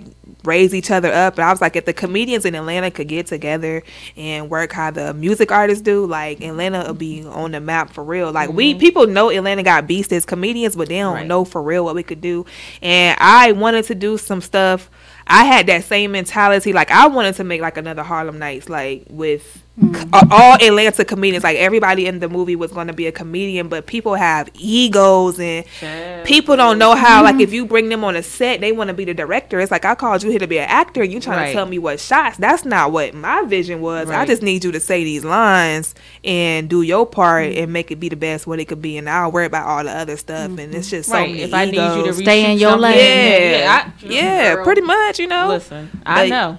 It's so many dope people in Atlanta. I'm ready for the person who can make that happen, make all of us get together, because I've tried to do stuff, but hopefully someone soon could make all of us get together and just do a dope project. I'm just surprised it hasn't been done yet. It's cliques within cliques and people work with each other, but if we all could like incorporate the whole scene, even mainstream, just the best of the best, and I think that'll be real dope. So yeah, and that just would be nice too if just like you'll see, and I'm just put this out here, like you'll see the Rodneys, the Marvins, the Hank Densons, like you'll see them hang out, and they're like not just hanging out after a comedy show, you'll see them actually hanging out, you know, and I think that's pretty damn dope. But I don't see that in a lot of the female comedians, you know, where they could just hang out because it's a trust factor. They're like, okay, you know, we can just we cool, you know what I'm saying? And I hate that. I really hate that, and it's like I'm grown. Like I'm grown. I'm not in my 20s no more. So I don't have time for the dumb energy. And like you said, you learn things later on in life, which we all know that. And now you know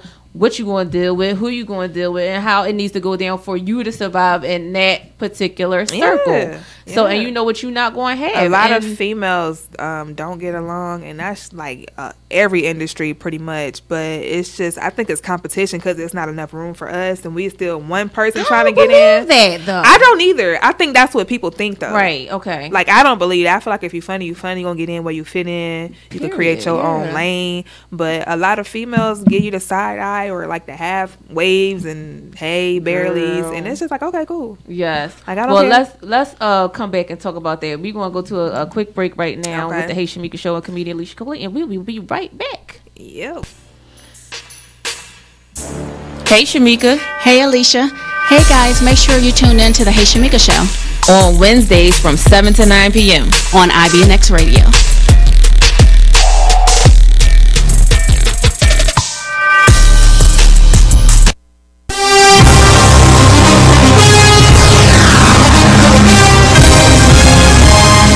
Attention sports fans, tailgate season is here, but you can't keep doing what's been done. It's time for a change. A change? Yes, a change. This year, take your tailgate game to the next level with mobile tailgate parties. That's right, mobile tailgate parties. Throwing all-inclusive tailgate parties since 2011. What? All-inclusive? All-inclusive? Yes, all-inclusive. Rent the ultimate tailgate party trailer for the day or the weekend. We'll even travel out of town to do your party. Throwing the best party couldn't get any easier. Our fleet of trailers range in size and price from economy to deluxe. Each trailer comes equipped with a large screen TV, coolers, audio connections for music and amplified sound, satellites to broadcast your game, a grill, and the ladies' favorite part, a private bathroom. No more porta potties for your guests. Score! Or upgrade your experience. The deluxe tailgate experience could include event consultant, a grill master, green egg grilling, multiple TVs, tents, chairs, a DJ, host, and more. The big game is coming, so get your free quote today at 678-516-1312. That's 678-516-1312. Or visit us on the web at www.mobiletailgateparties.net. That's www.mobiletailgateparties.net. Be the envy of the lot this season with mobile tailgate parties. All right, and we are back with the Hey Shameka Show with myself, comedian Alicia Coley, and we got Kirby Wilkins in the building as well as Zaytoven in the building. Nah, A&R. Ooh, no, let's get it. What did I say?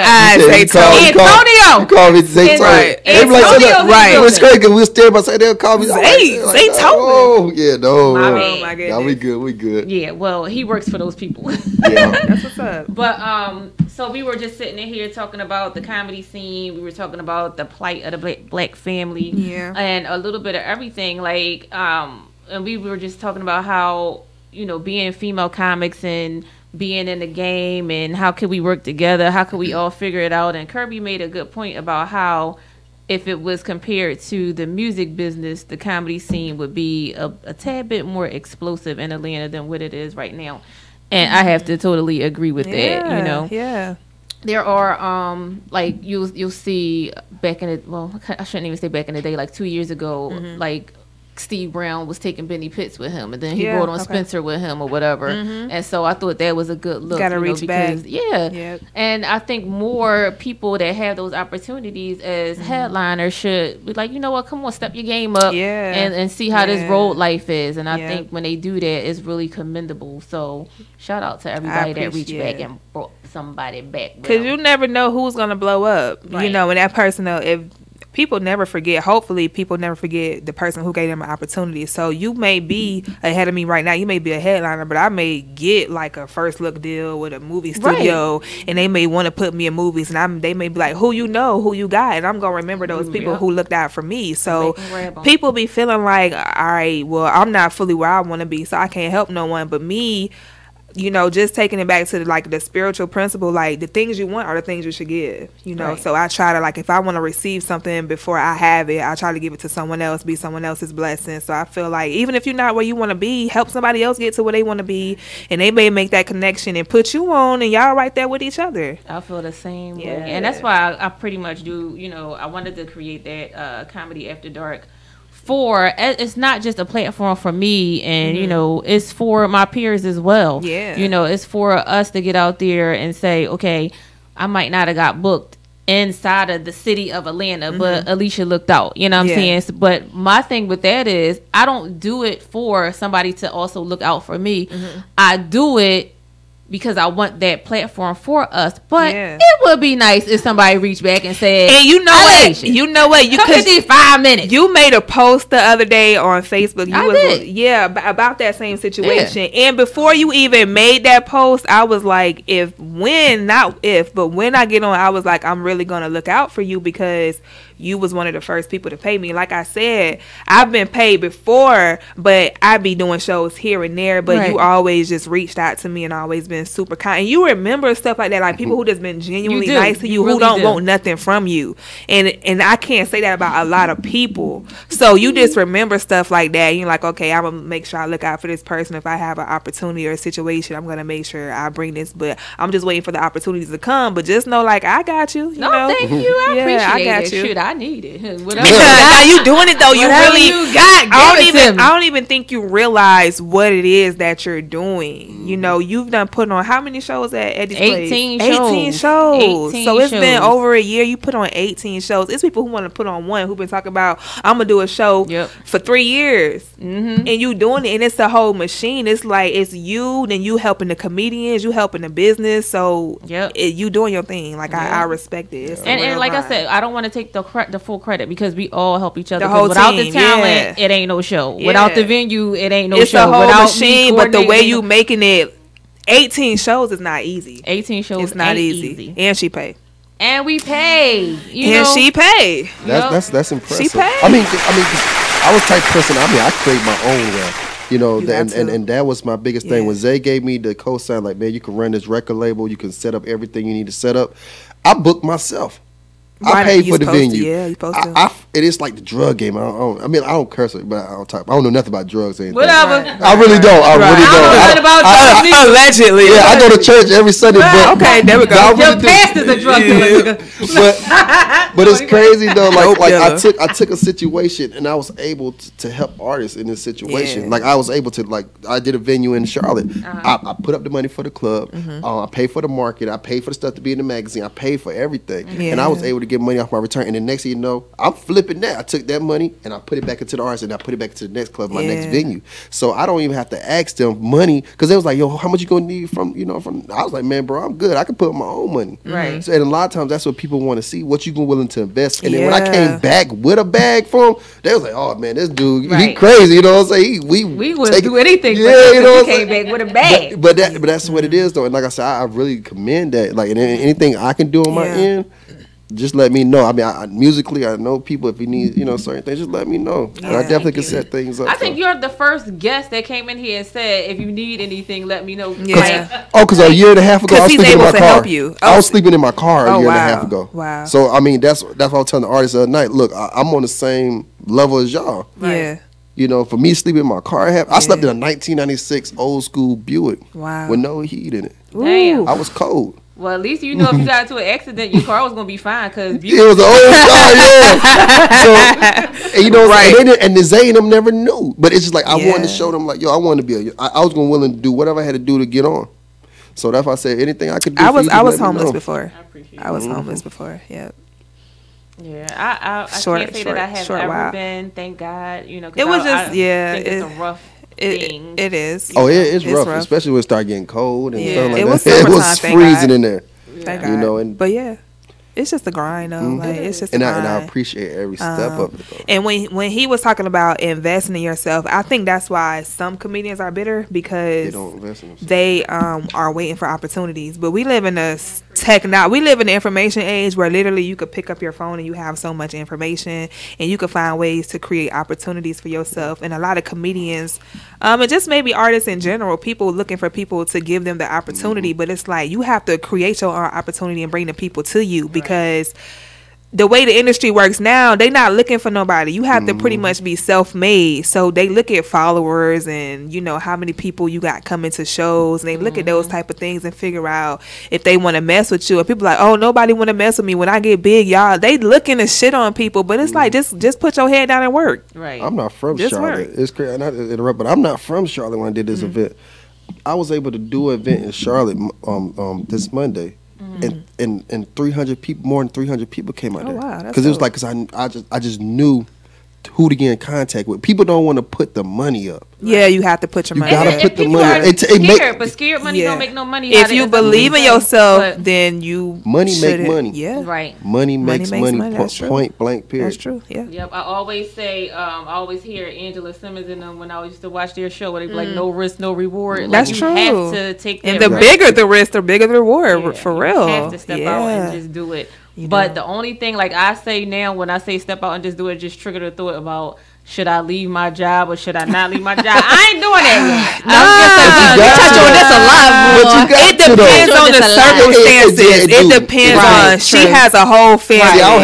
She got other responsibilities. And we live in that, you know, the millennials, we live in that age where everybody thinks they have to be an entrepreneur, but it's nothing wrong. And I just learned this lesson this year from my dad. I always knew I was going to be in the entertainment field. And so I would get a job and I would never try to excel in that job because I'm like, I'm not gonna be here for long. I don't want to be in management. I don't want to work these extra hours because I don't want to be here. But it's like, now I only have enough money for my bills and I can't invest in myself to put the money back into myself to get myself out of this situation. And it's like, it's gonna come when you can. I don't think everyone should just jump out there without having a solid plan. Like, you got kids, they looking to eat, they looking for shoes and socks and looking to have, you know, they Netflix and Xbox. I'm like, Mama, you did what? Like, she got a whole family, right? Like, they ain't trying to hear that. Yeah, I just feel like you gotta be ready. People that have the great ideas, the money making ideas, don't have the money, and the people that don't have the big money don't have the ideas, and they never can really collaborate the right way. Or the people that got the money be like, the questions, what can you do? Am I going to get my money back and then some? You know, return. It's called ROI, return on your investment. Yep. So it's just like you got to figure some stuff out. Like, you know, even though again we do Eddie's Place once a month, I just can't see me still leaving my job. You know what I'm saying? Like, I just.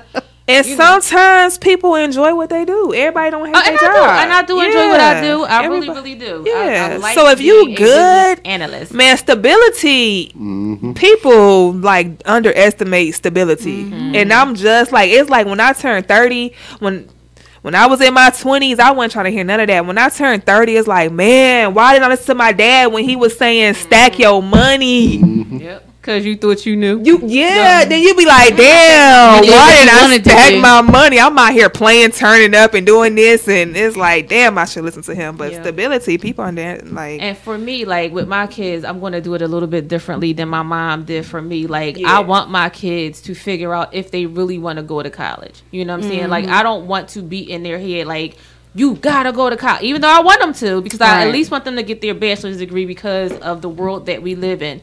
But I want them to come home. I'm not going to be all like, you gotta get a job. I don't want you to, if it's something in the arts that you want to do, I want you to explore that. If it's something else that you need me to support you doing, I don't have to have no job at all. They don't have to have the first 2 years out of college. I don't Okay, if they go to college. out of If they have college. to go to college. No, what if they don't go to If college? they don't go to college and they gotta want to do figure- something else. They got to figure it out. We got to talk about that. I haven't gotten there. That's what I'm saying. They have to have a plan on doing They something. have to have a plan, okay. and it has to make some money. I was want gonna my say, kids to go to okay. college. I don't want to like beat them in their head like you gotta go to college. It's the American way. it's Like I don't not. want to be It's that not. kind of parent because there's so many people that are well off that don't have degrees.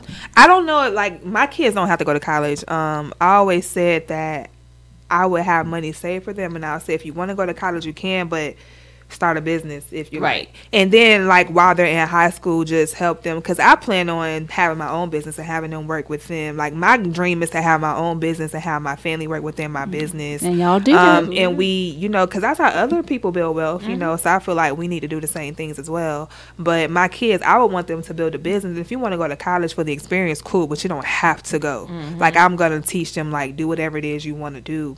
And if you don't want to do that, find something, or you're gonna have to be highly skilled at something. But you know, if you don't want to go to you college, want to go to a trade school and get a If you wanna trade, go to that's fine too. Trades are coming back. See, they said I was reading somewhere. You know how like the last recession we had, it was due to the housing crisis. They said the next recession we have is going to be due to college because people can't pay back their loans. Right. And I believe they pushed college on us and said it's people who are $150,000 in debt and you got an education degree. Right.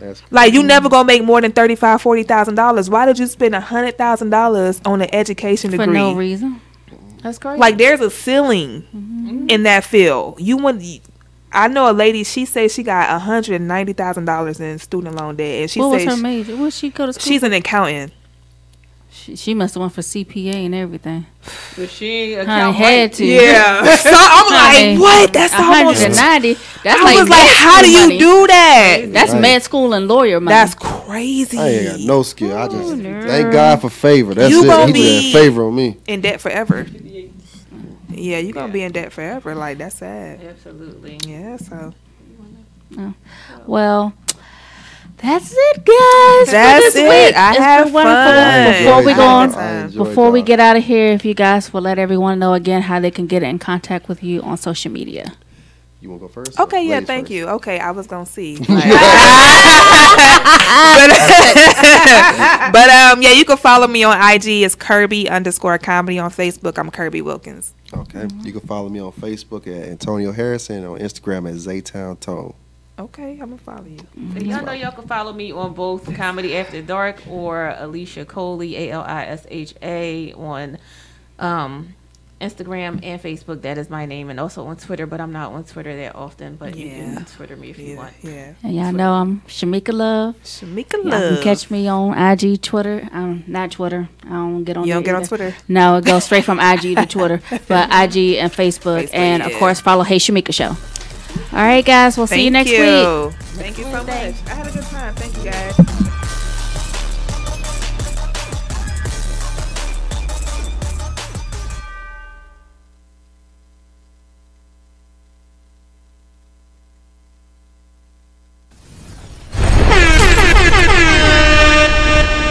IBNX Radio.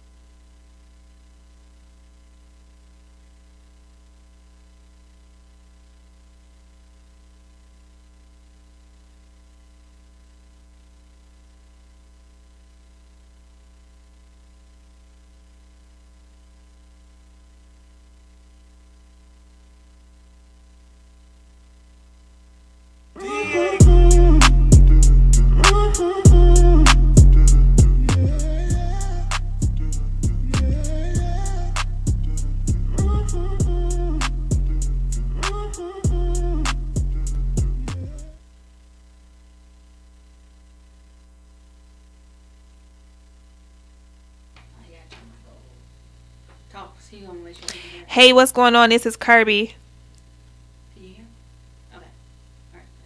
Hey, what's going on? This is comedian Kirby. You are listening to the Hey Shameka Show. Hey, girl.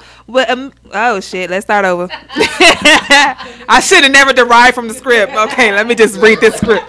No, listen. Let me.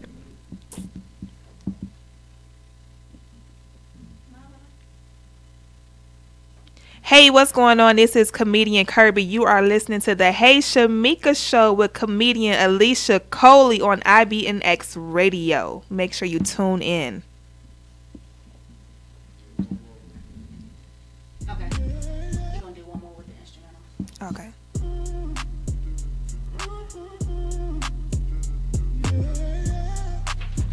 Hey, what's going on? This is comedian Kirby. You are listening to the Hey Shameka Show with comedian Alicia Coley on IB. Yeah, I was. Yeah, I got it this time. IBNX. Cause I had half the thing. I was like the IB. Oh shit. Ah man.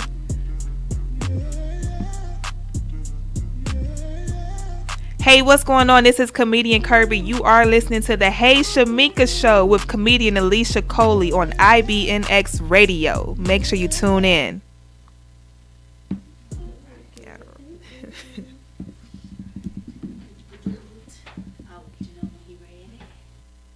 Make sure you up. Make sure you close to the mic now.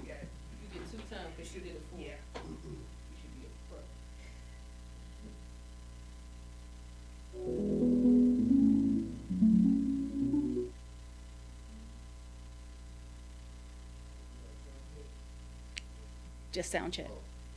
Check. Mic check. You got me? No, not yet. Mic check. Okay, do it. Say mic. Do a check again. Mic check. Okay. All right.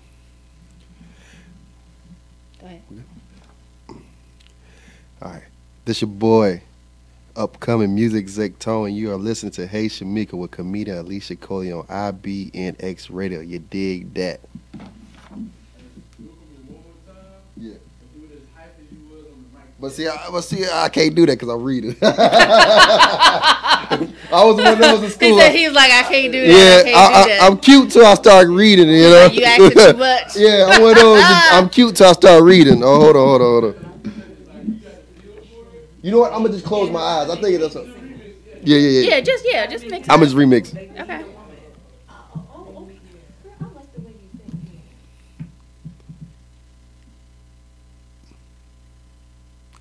What's up? This is your boy, upcoming music exec. Start off. My phone. That was better. That was better. Okay. Okay. Yeah.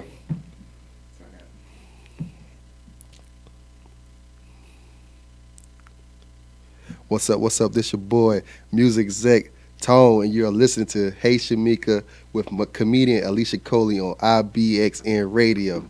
Let me do it again. I said it wrong. Keep it silly. Boy, I can't. I'm one of those, boy. It is tricky. IBNX Radio. No, I can't. Some 4 letters be like. I'm trying to read cute. Because it's not a word. It's like. Yeah. Okay. What's up? This your boy Tone. Okay, let's get it. Yeah. Okay, bet. Yeah.